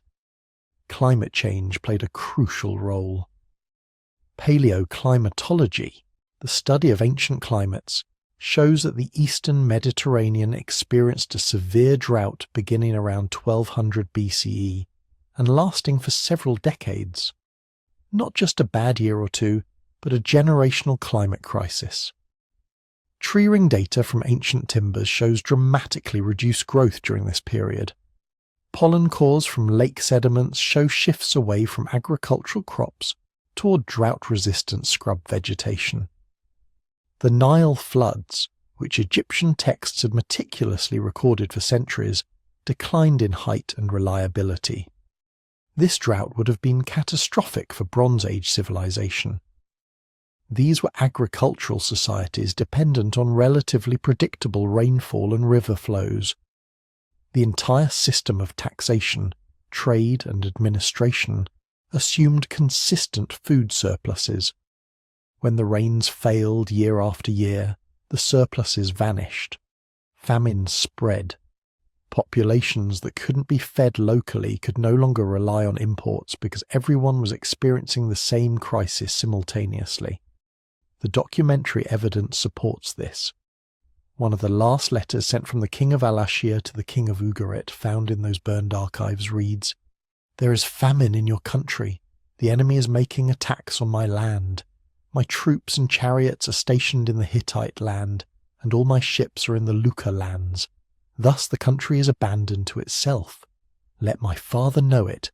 The 7 ships of the enemy that came here inflicted much damage upon us." You can hear the desperation. Troops scattered, ships deployed elsewhere, the country defenseless.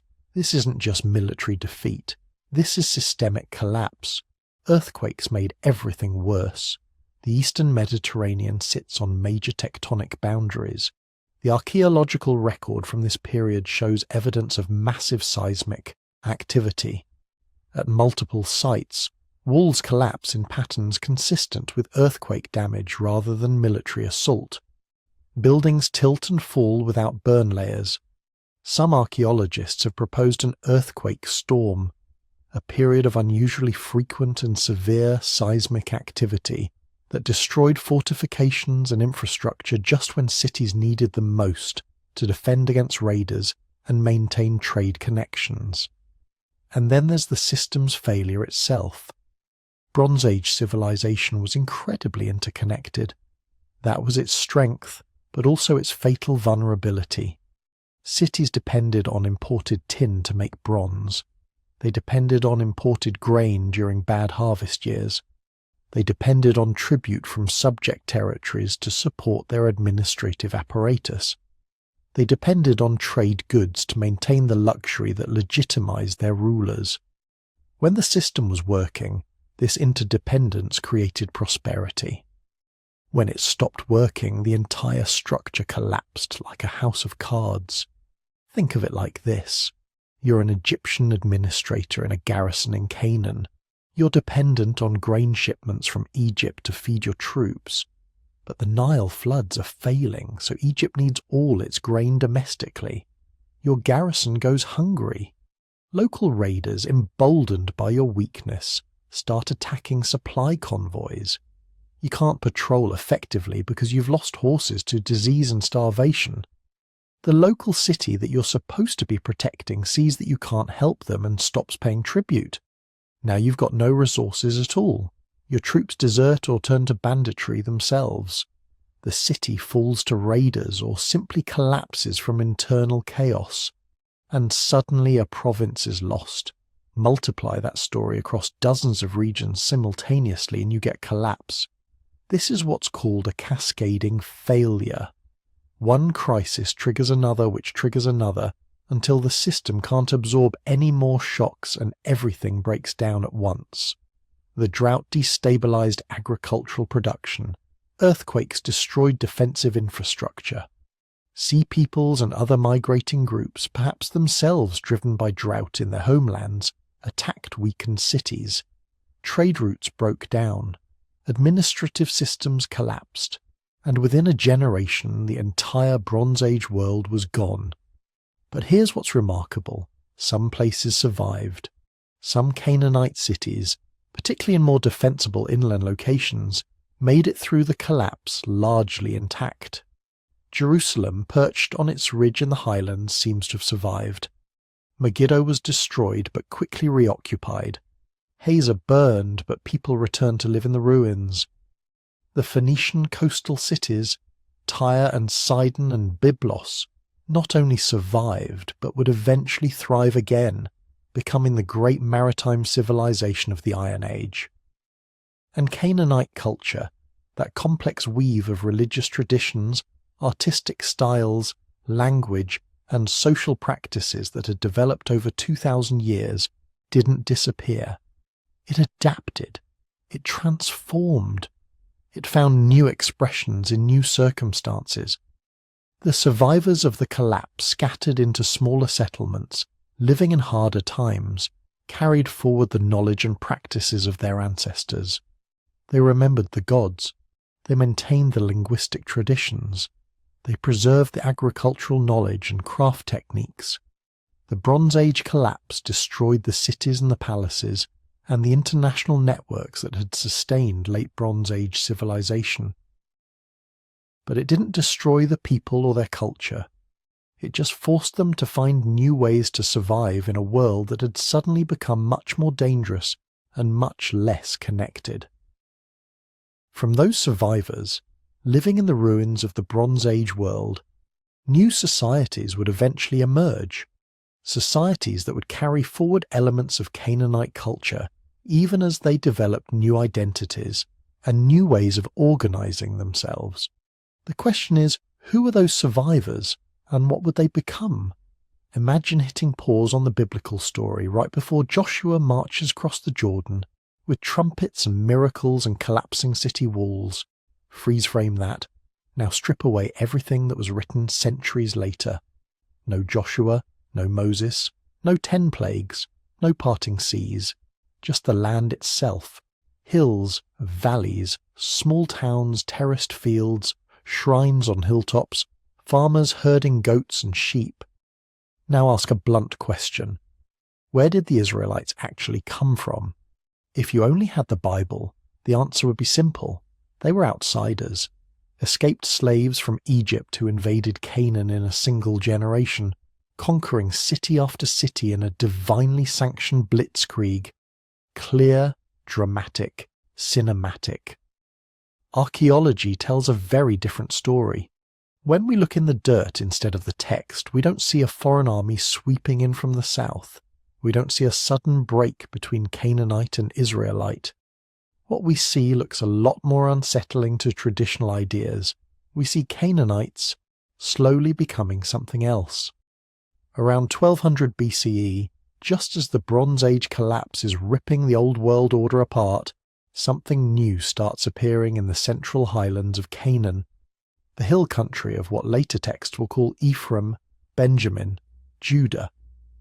Sparse, rocky lands that Egyptian officials mostly ignored, a kind of backwater, and in that backwater we find hundreds of new settlements, not cities, not fortresses, small villages, clusters of stone houses, terraces carved into the slopes to grow grain and olives, Cisterns dug into bedrock.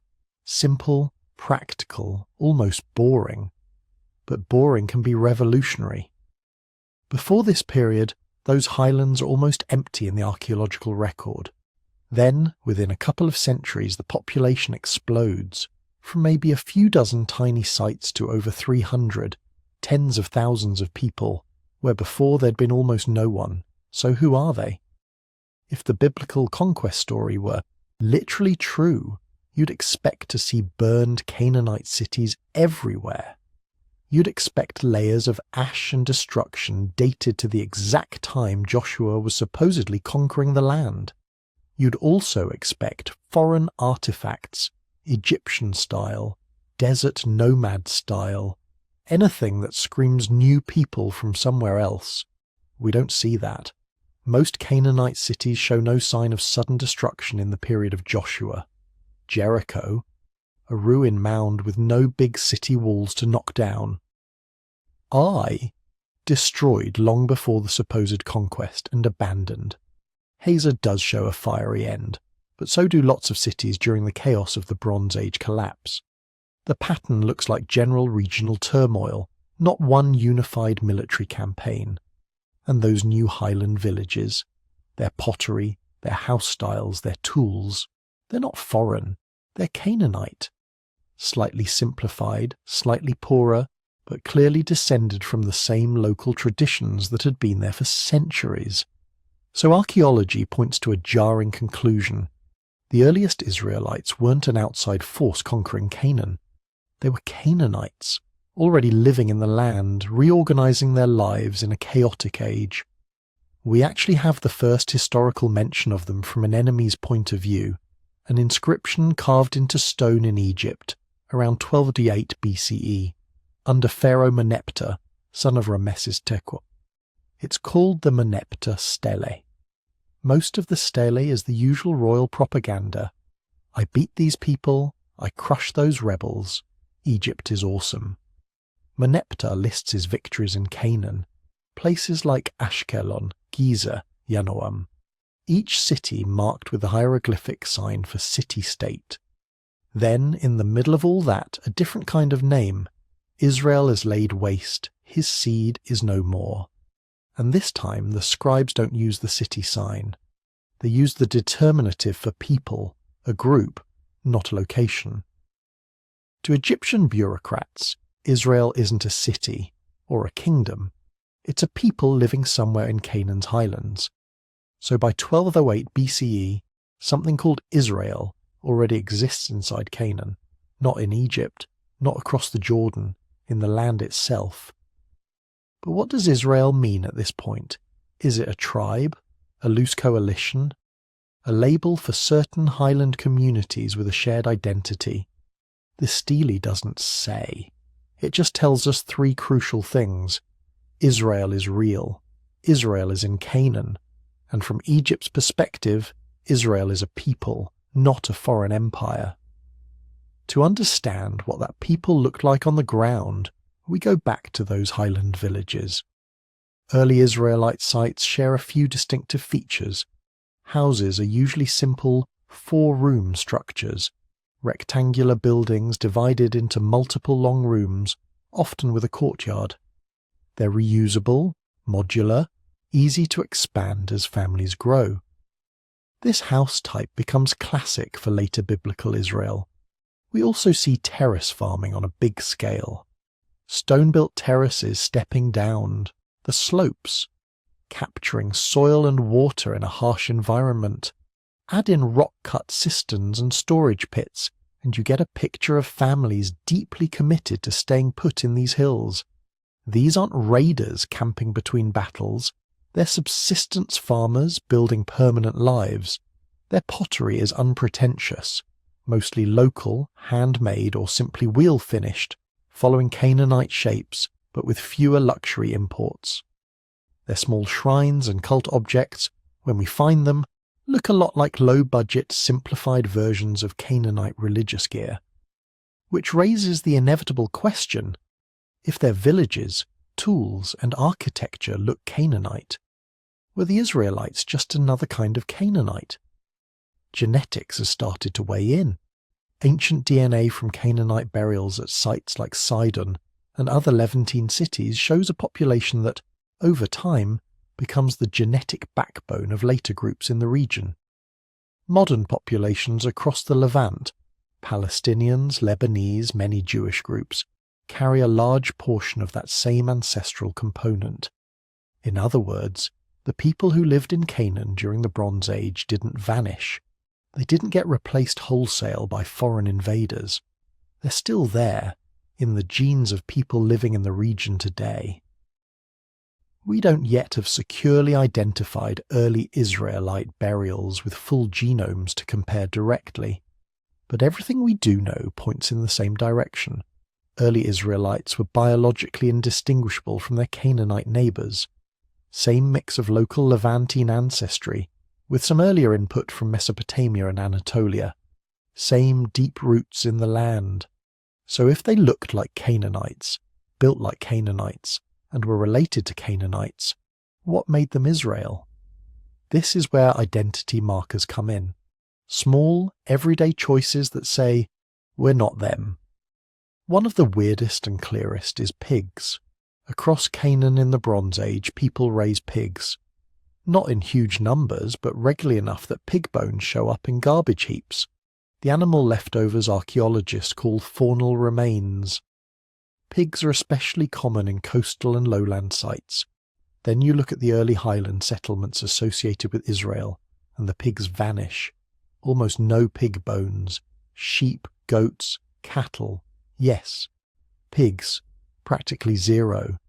This isn't a random accident. Over dozens and then hundreds of sites the pattern repeats. Highland communities, many of which will later be identified as Israelite territory, avoid pigs to a striking degree. Now, avoidance of pigs isn't uniquely Israelite. Some other groups in the ancient Near East also limited or frowned on pork.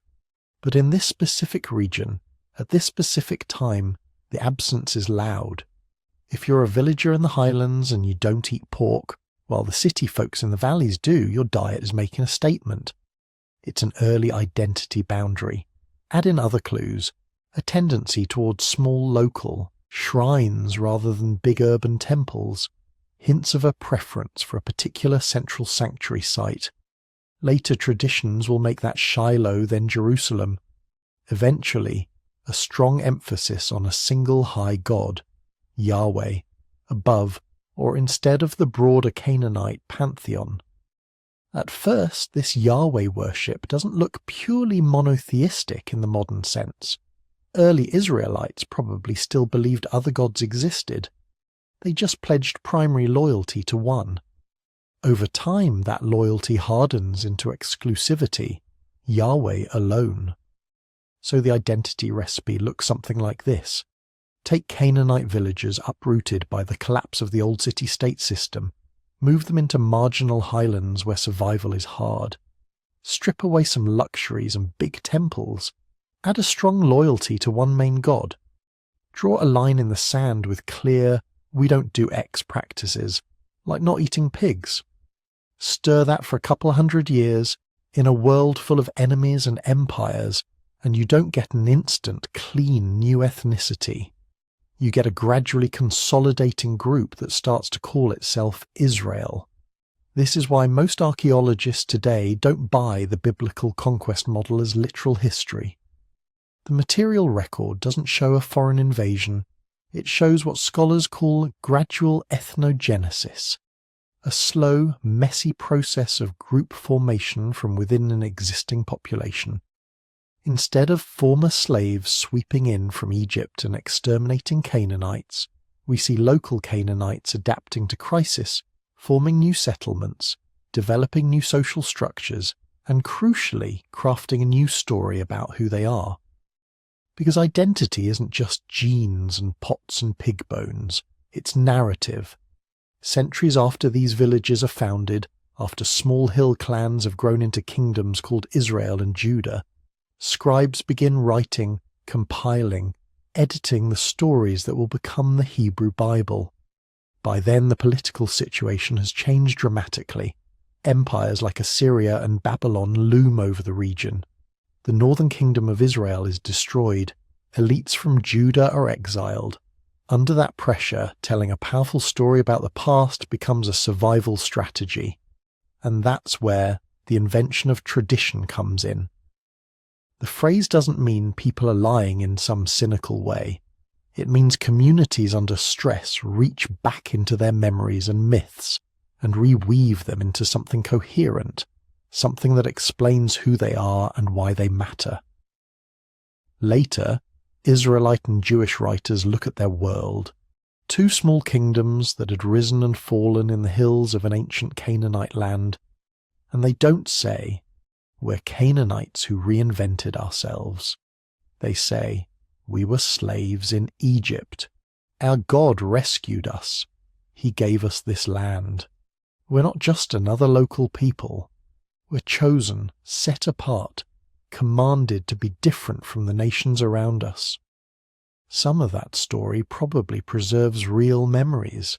Small groups who did come from Egypt, refugee bands that joined the highland communities, local revolts against Egyptian rule, threads of lived experience. But over time those threads are woven into a sweeping epic. One people, one exodus, one conquest, one covenant. A mythic past that turns a loose collection of Canaanite-descended villages into a nation with a destiny. Archaeology and genetics pull the curtain back a little. They show us that under the epic, the Israelites are children of the same land as the Canaanites. Same soil, same hills, same genetic roots. The difference is how they chose to tell their story. They took local gods and elevated one to supremacy. They took ordinary food rules and turned them into markers of holiness.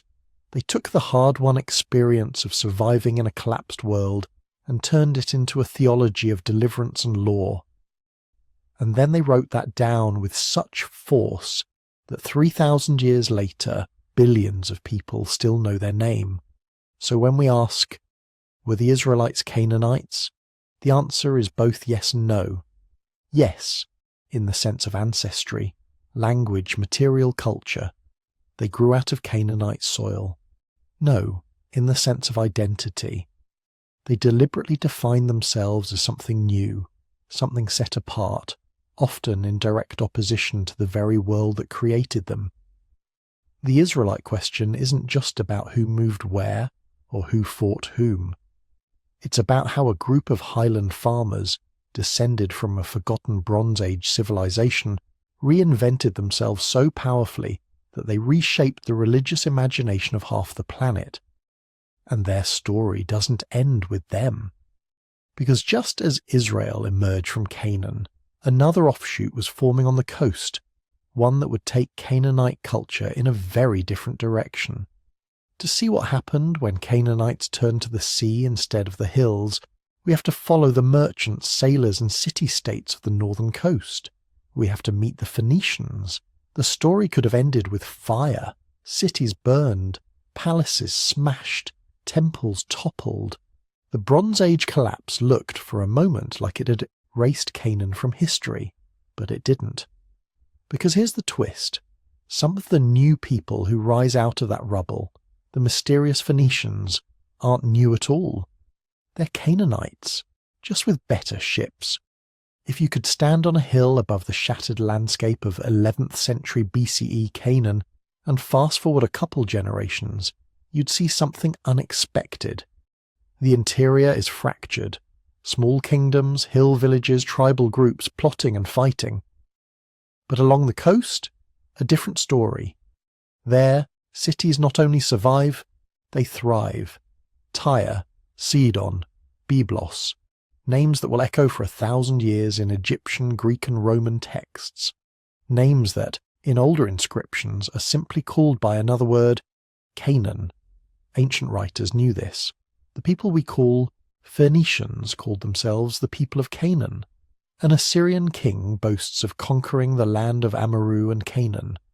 Greek authors, writing centuries later, talk about Phoenicians from the land of Canaan. Even the Bible remembers them this way, referring to the Sidonians as Canaanites. So what changed? not their identity, their strategy. Instead of trying to control land, they learn to control the sea. Picture the coastline of the Eastern Mediterranean after the collapse. Instead of a unified imperial system, you have a patchwork. Egypt is weak, the Hittites are gone, the Mycenaean palaces in Greece are dust. Trade routes that once funneled wealth through great kingdoms now hang loose like severed cables. The Canaanite cities on the coast grab those cables and start weaving them together.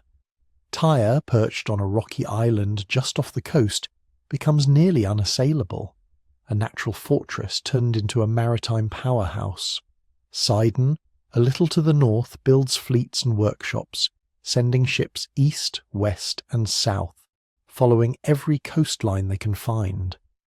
Byblos, already ancient even by Bronze Age standards, doubles down on its old specialty, timber trade.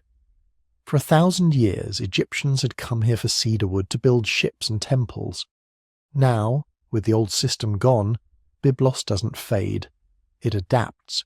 It becomes a key link in a new Canaanite-run network. From the deck of a Phoenician ship, the world looks very different. You're no longer thinking in kingdoms and borders.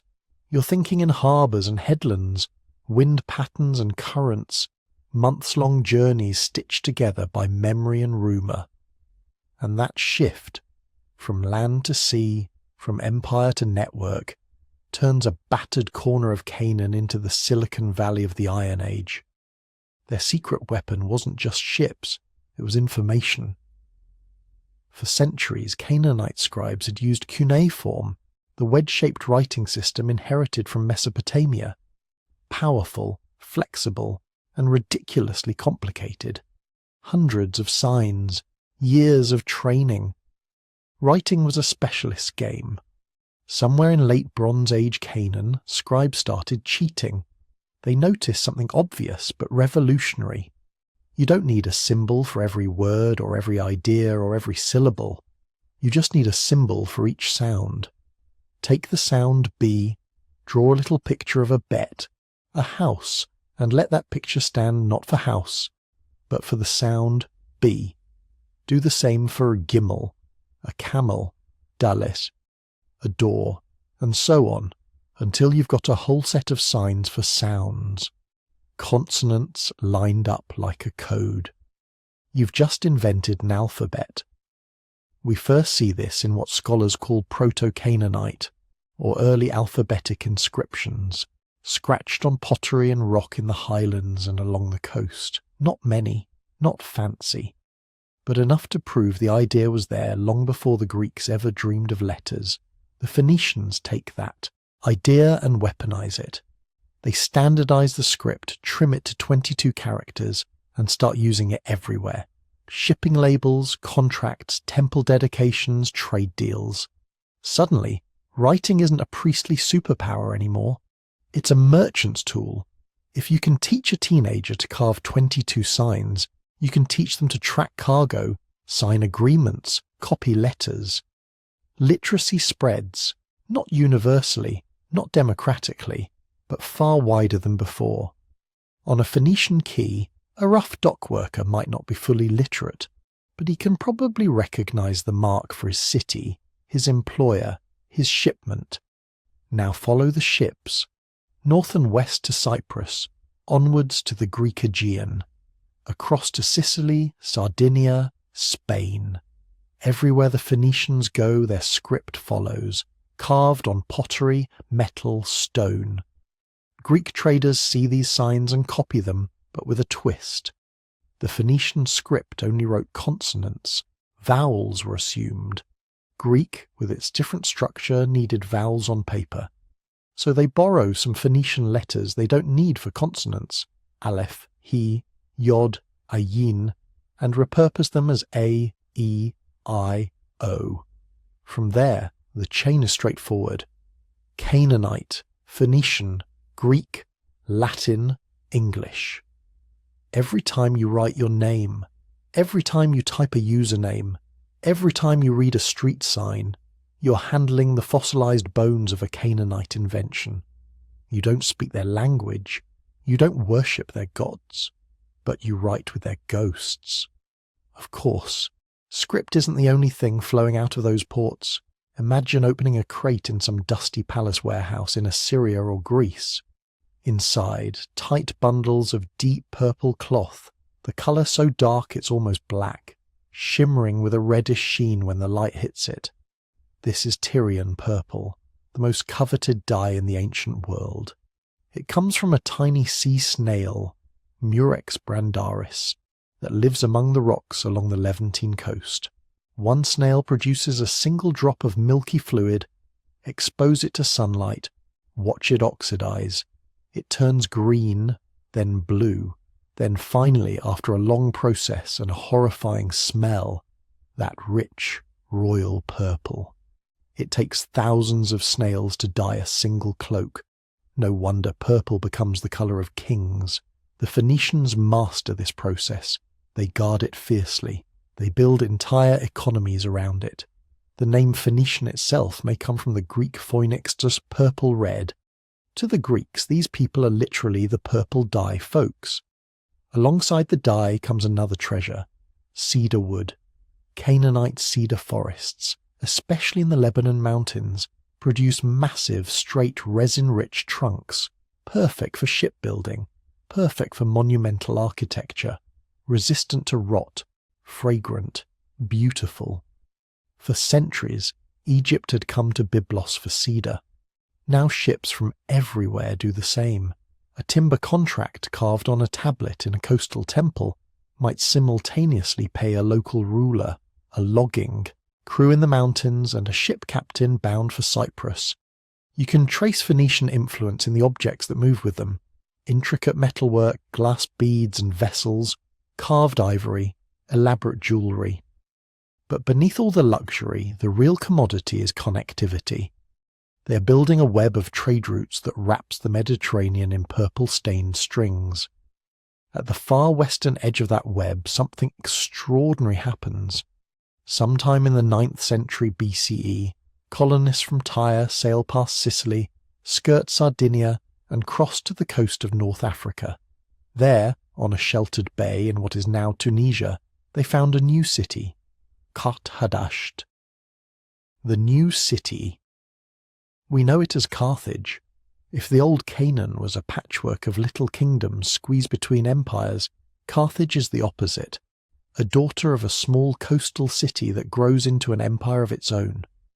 Carthage starts like any other Phoenician colony, a trading station, a safe harbour, a node on the network, but over centuries it swells, it commands fertile hinterlands, it builds one of the largest navies in the ancient Mediterranean, it develops its own council, its own generals, its own ambitions.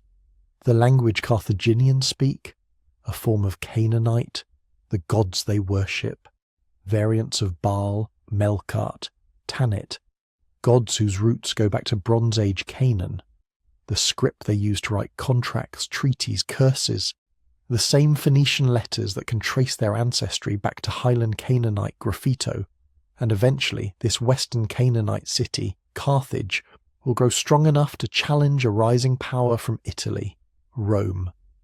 The Punic Wars, Rome versus Carthage, are, in one sense, the final act of the Canaanite story. A people who began as farmers and city dwellers in the Levant, colonized by Egyptians and harassed by empires, end up commanding fleets that nearly strangle the young Roman Republic. They lose, in the end. Rome raises Carthage. But the fact that they got that far at all tells you just how far the Canaanite transformation had gone, from vassals to rivals. Back in the east, the old Canaanite heartland is still there, and it hasn't vanished from the stories we know best. The Bible remembers a king named Hiram of Tyre, a Phoenician ruler whose city straddles the line between Old Canaan and new maritime power. Hiram supplies wood, craftsmen and gold to a king in the highlands, Solomon of Israel. Strip away the legend for a moment and look at the pattern.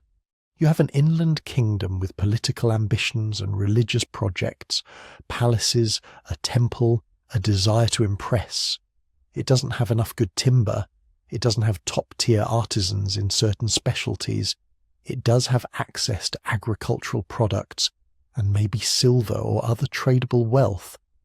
On the coast, you have a Canaanite city that has been doing international trade for centuries. Its merchants know where the cedar grows, how to cut it, how to ship it.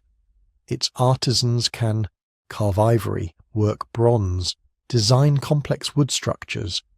So the Highland King cuts a deal with the coastal king. In return for food and political alliance, Hiram's people bring cedars from Lebanon, rafts of timber floated down the coast, skilled workers to build and decorate the temple in Jerusalem.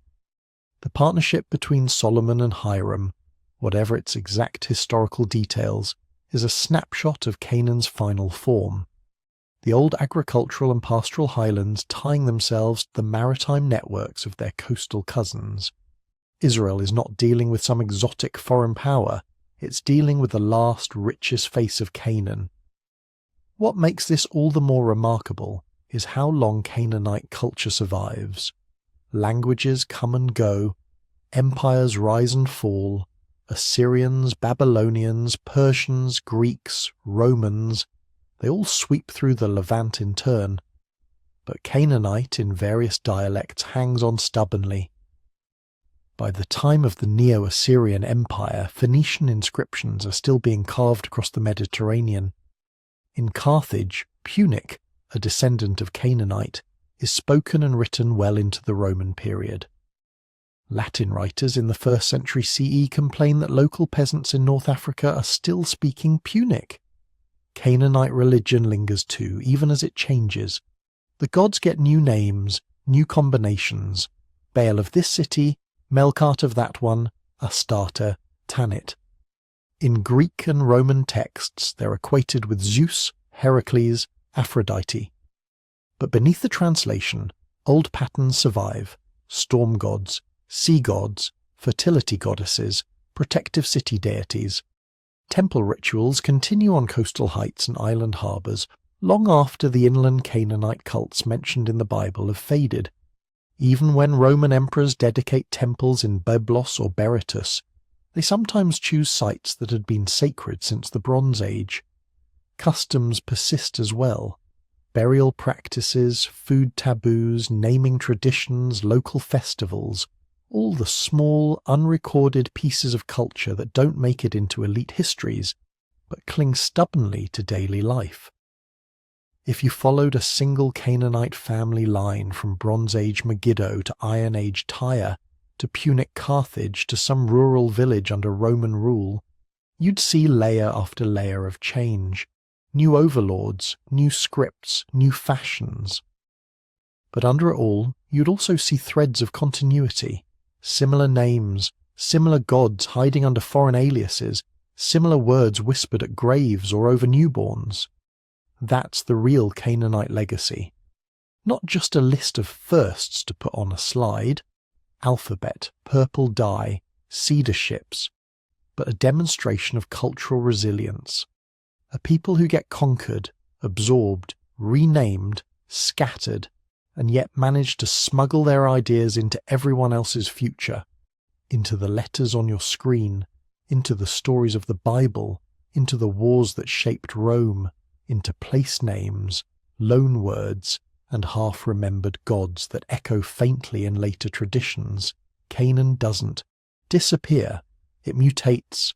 It becomes Phoenicia, becomes Punic, becomes part of the genetic and cultural code of the Mediterranean world. And even when their language finally falls silent, their inventions keep talking for them.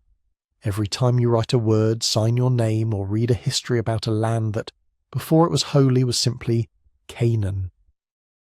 For most of Western history, the Canaanites were ghosts made of other people's words.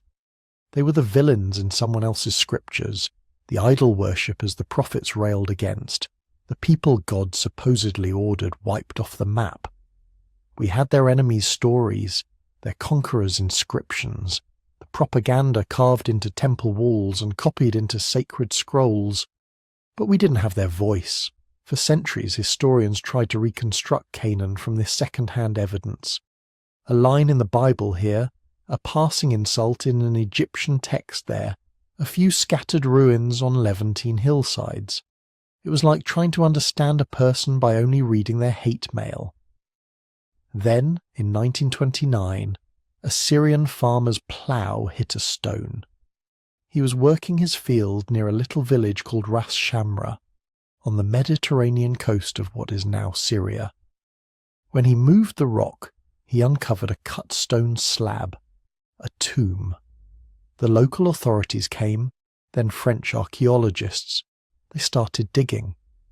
What they found changed the story of Canaan forever. Beneath the farmer's field lay the ruins of an ancient port city, Ugarit. Not a village, not a lonely temple, but a major Canaanite city-state frozen in time, buried under the ashen rubble of a Bronze Age catastrophe.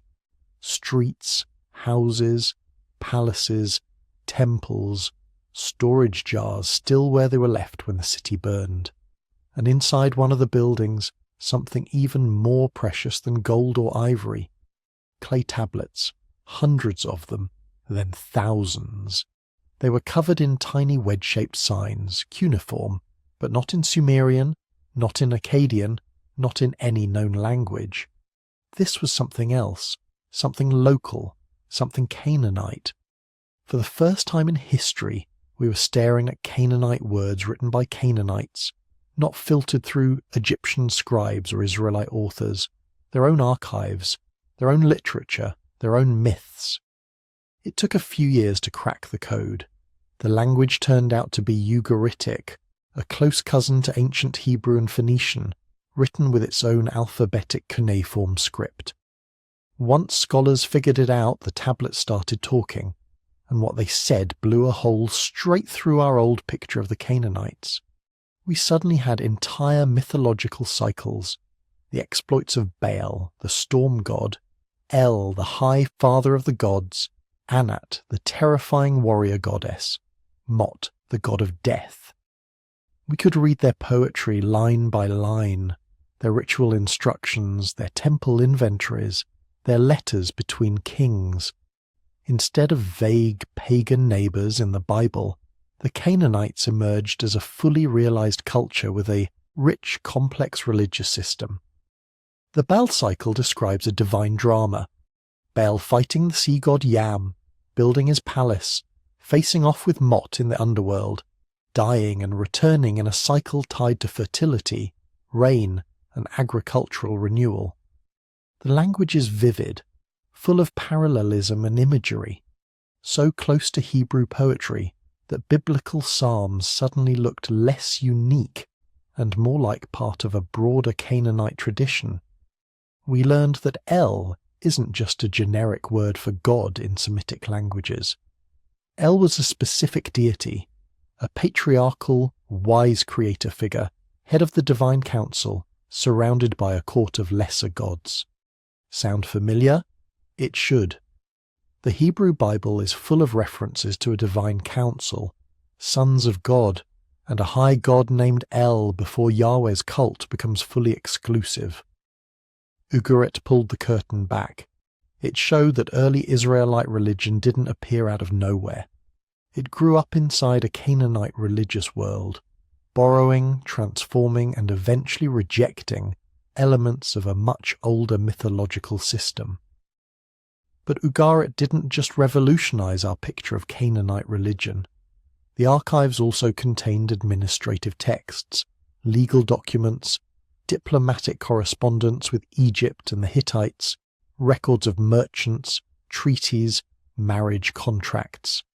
Suddenly, Canaanite city-state wasn't just an abstract phrase. You could see how a Canaanite bureaucracy worked, how they taxed grain, how they managed temple estates, how scribes learned to write. You could even see everyday life in small details, lists of household goods, wine deliveries, rations for workers, payments to artisans.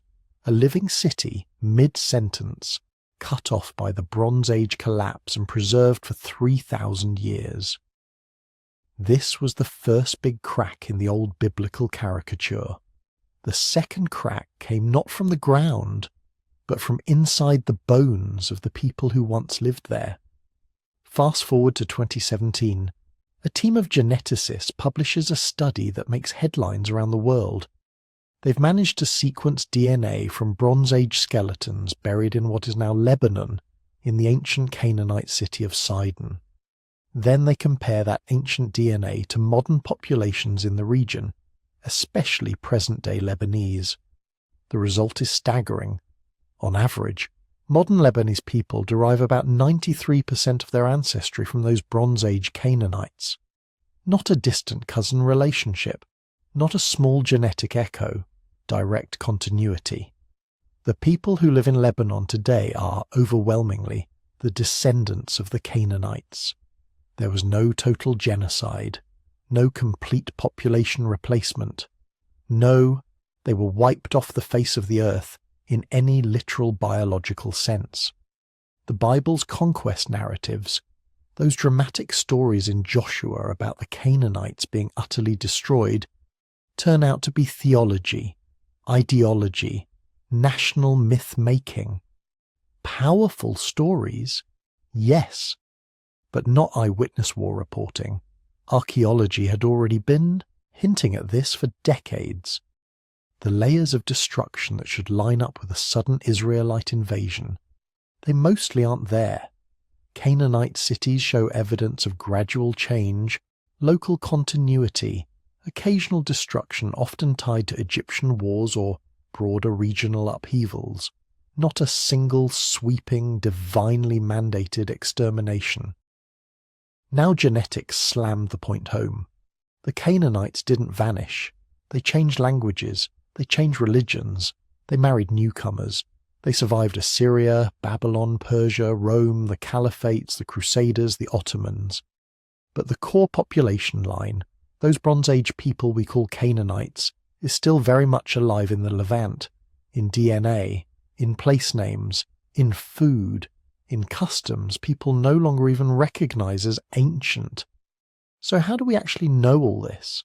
How do archaeologists go from pottery shards and stone walls to sweeping claims about culture, religion and ancestry? It's not guesswork, it's a toolbox. First, there's excavation itself.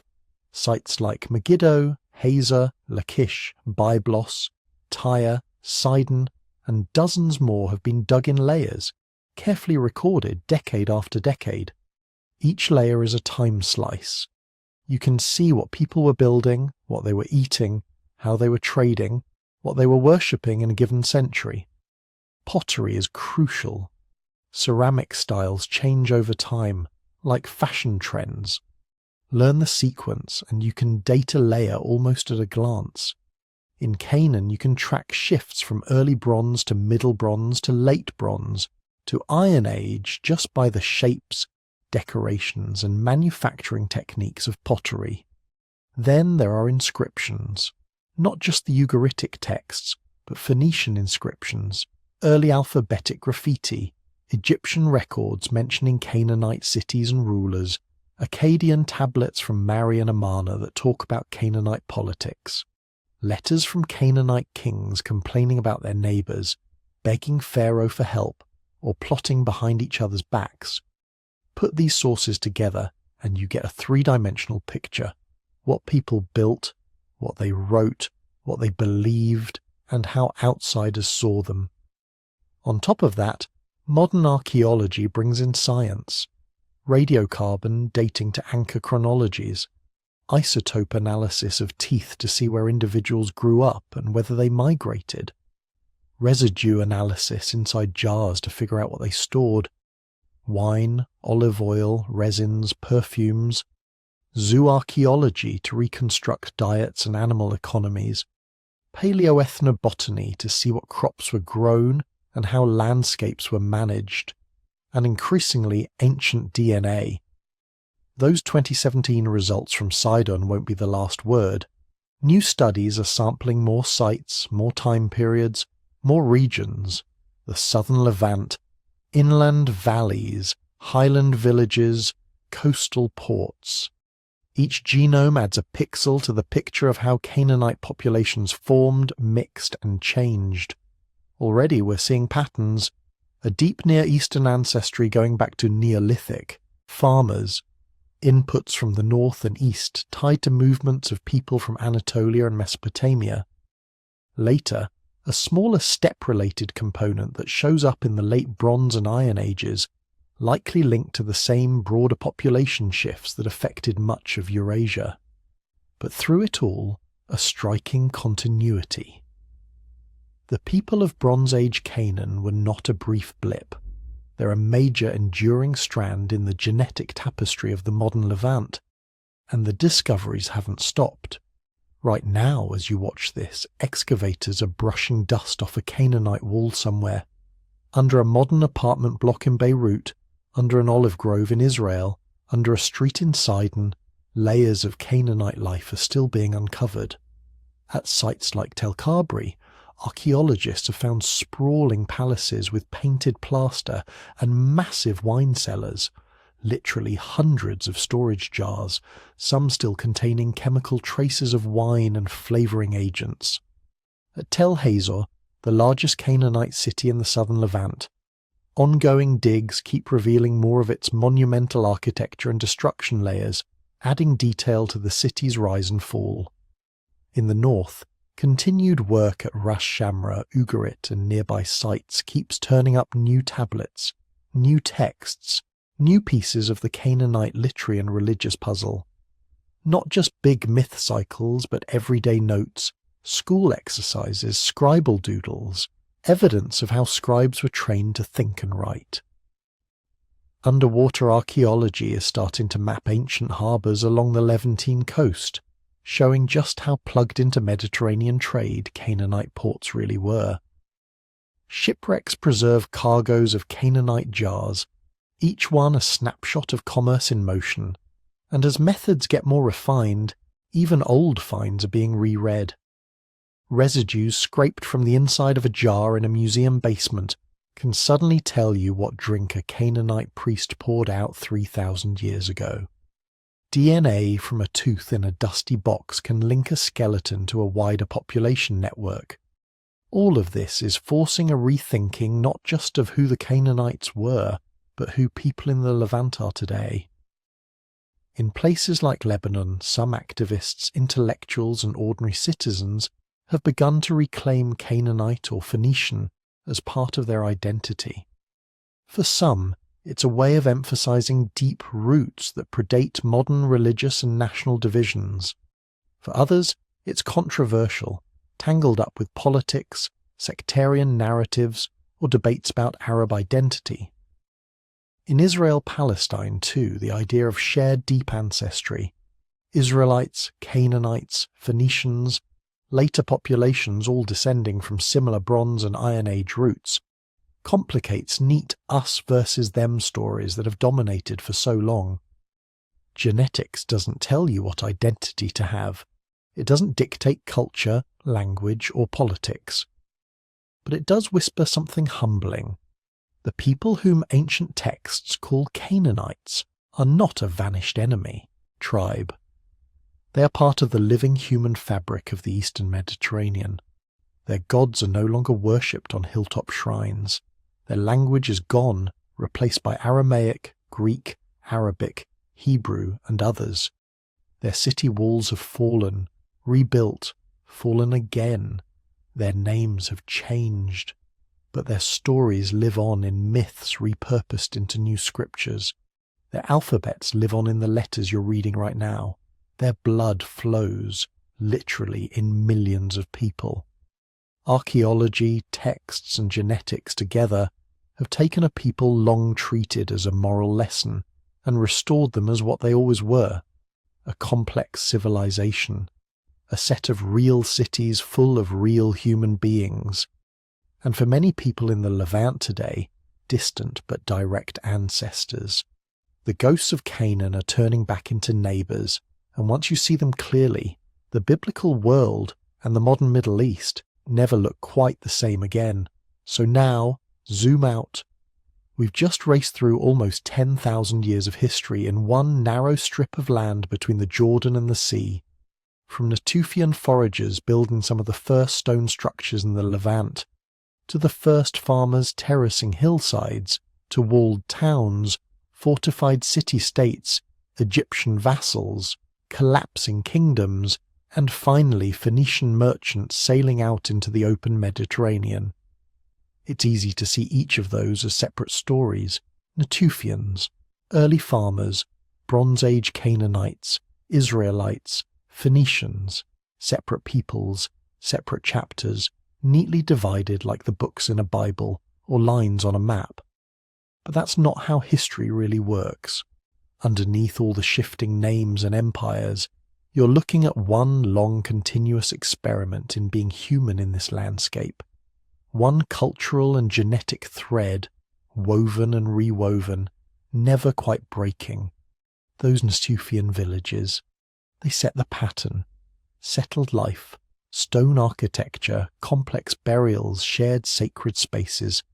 The early farming communities, they lock in the idea that this land can be shaped and tamed. The first Canaanite cities take that to the next level: palaces, temples, scripts, trade routes.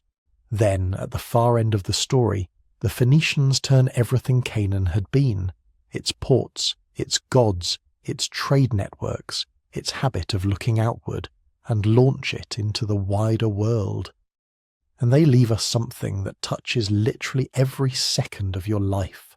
The alphabet, every word on this screen, every text you've ever sent, every book you've ever read, every street sign you've ever ignored while checking your phone. All of that is downstream from a handful of Bronze Age Canaanites who decided that writing didn't need to be a secret priestly code of hundreds of symbols, that you could break language into a small set of sounds and mark each one with a simple sign. 20-something little marks. That's it.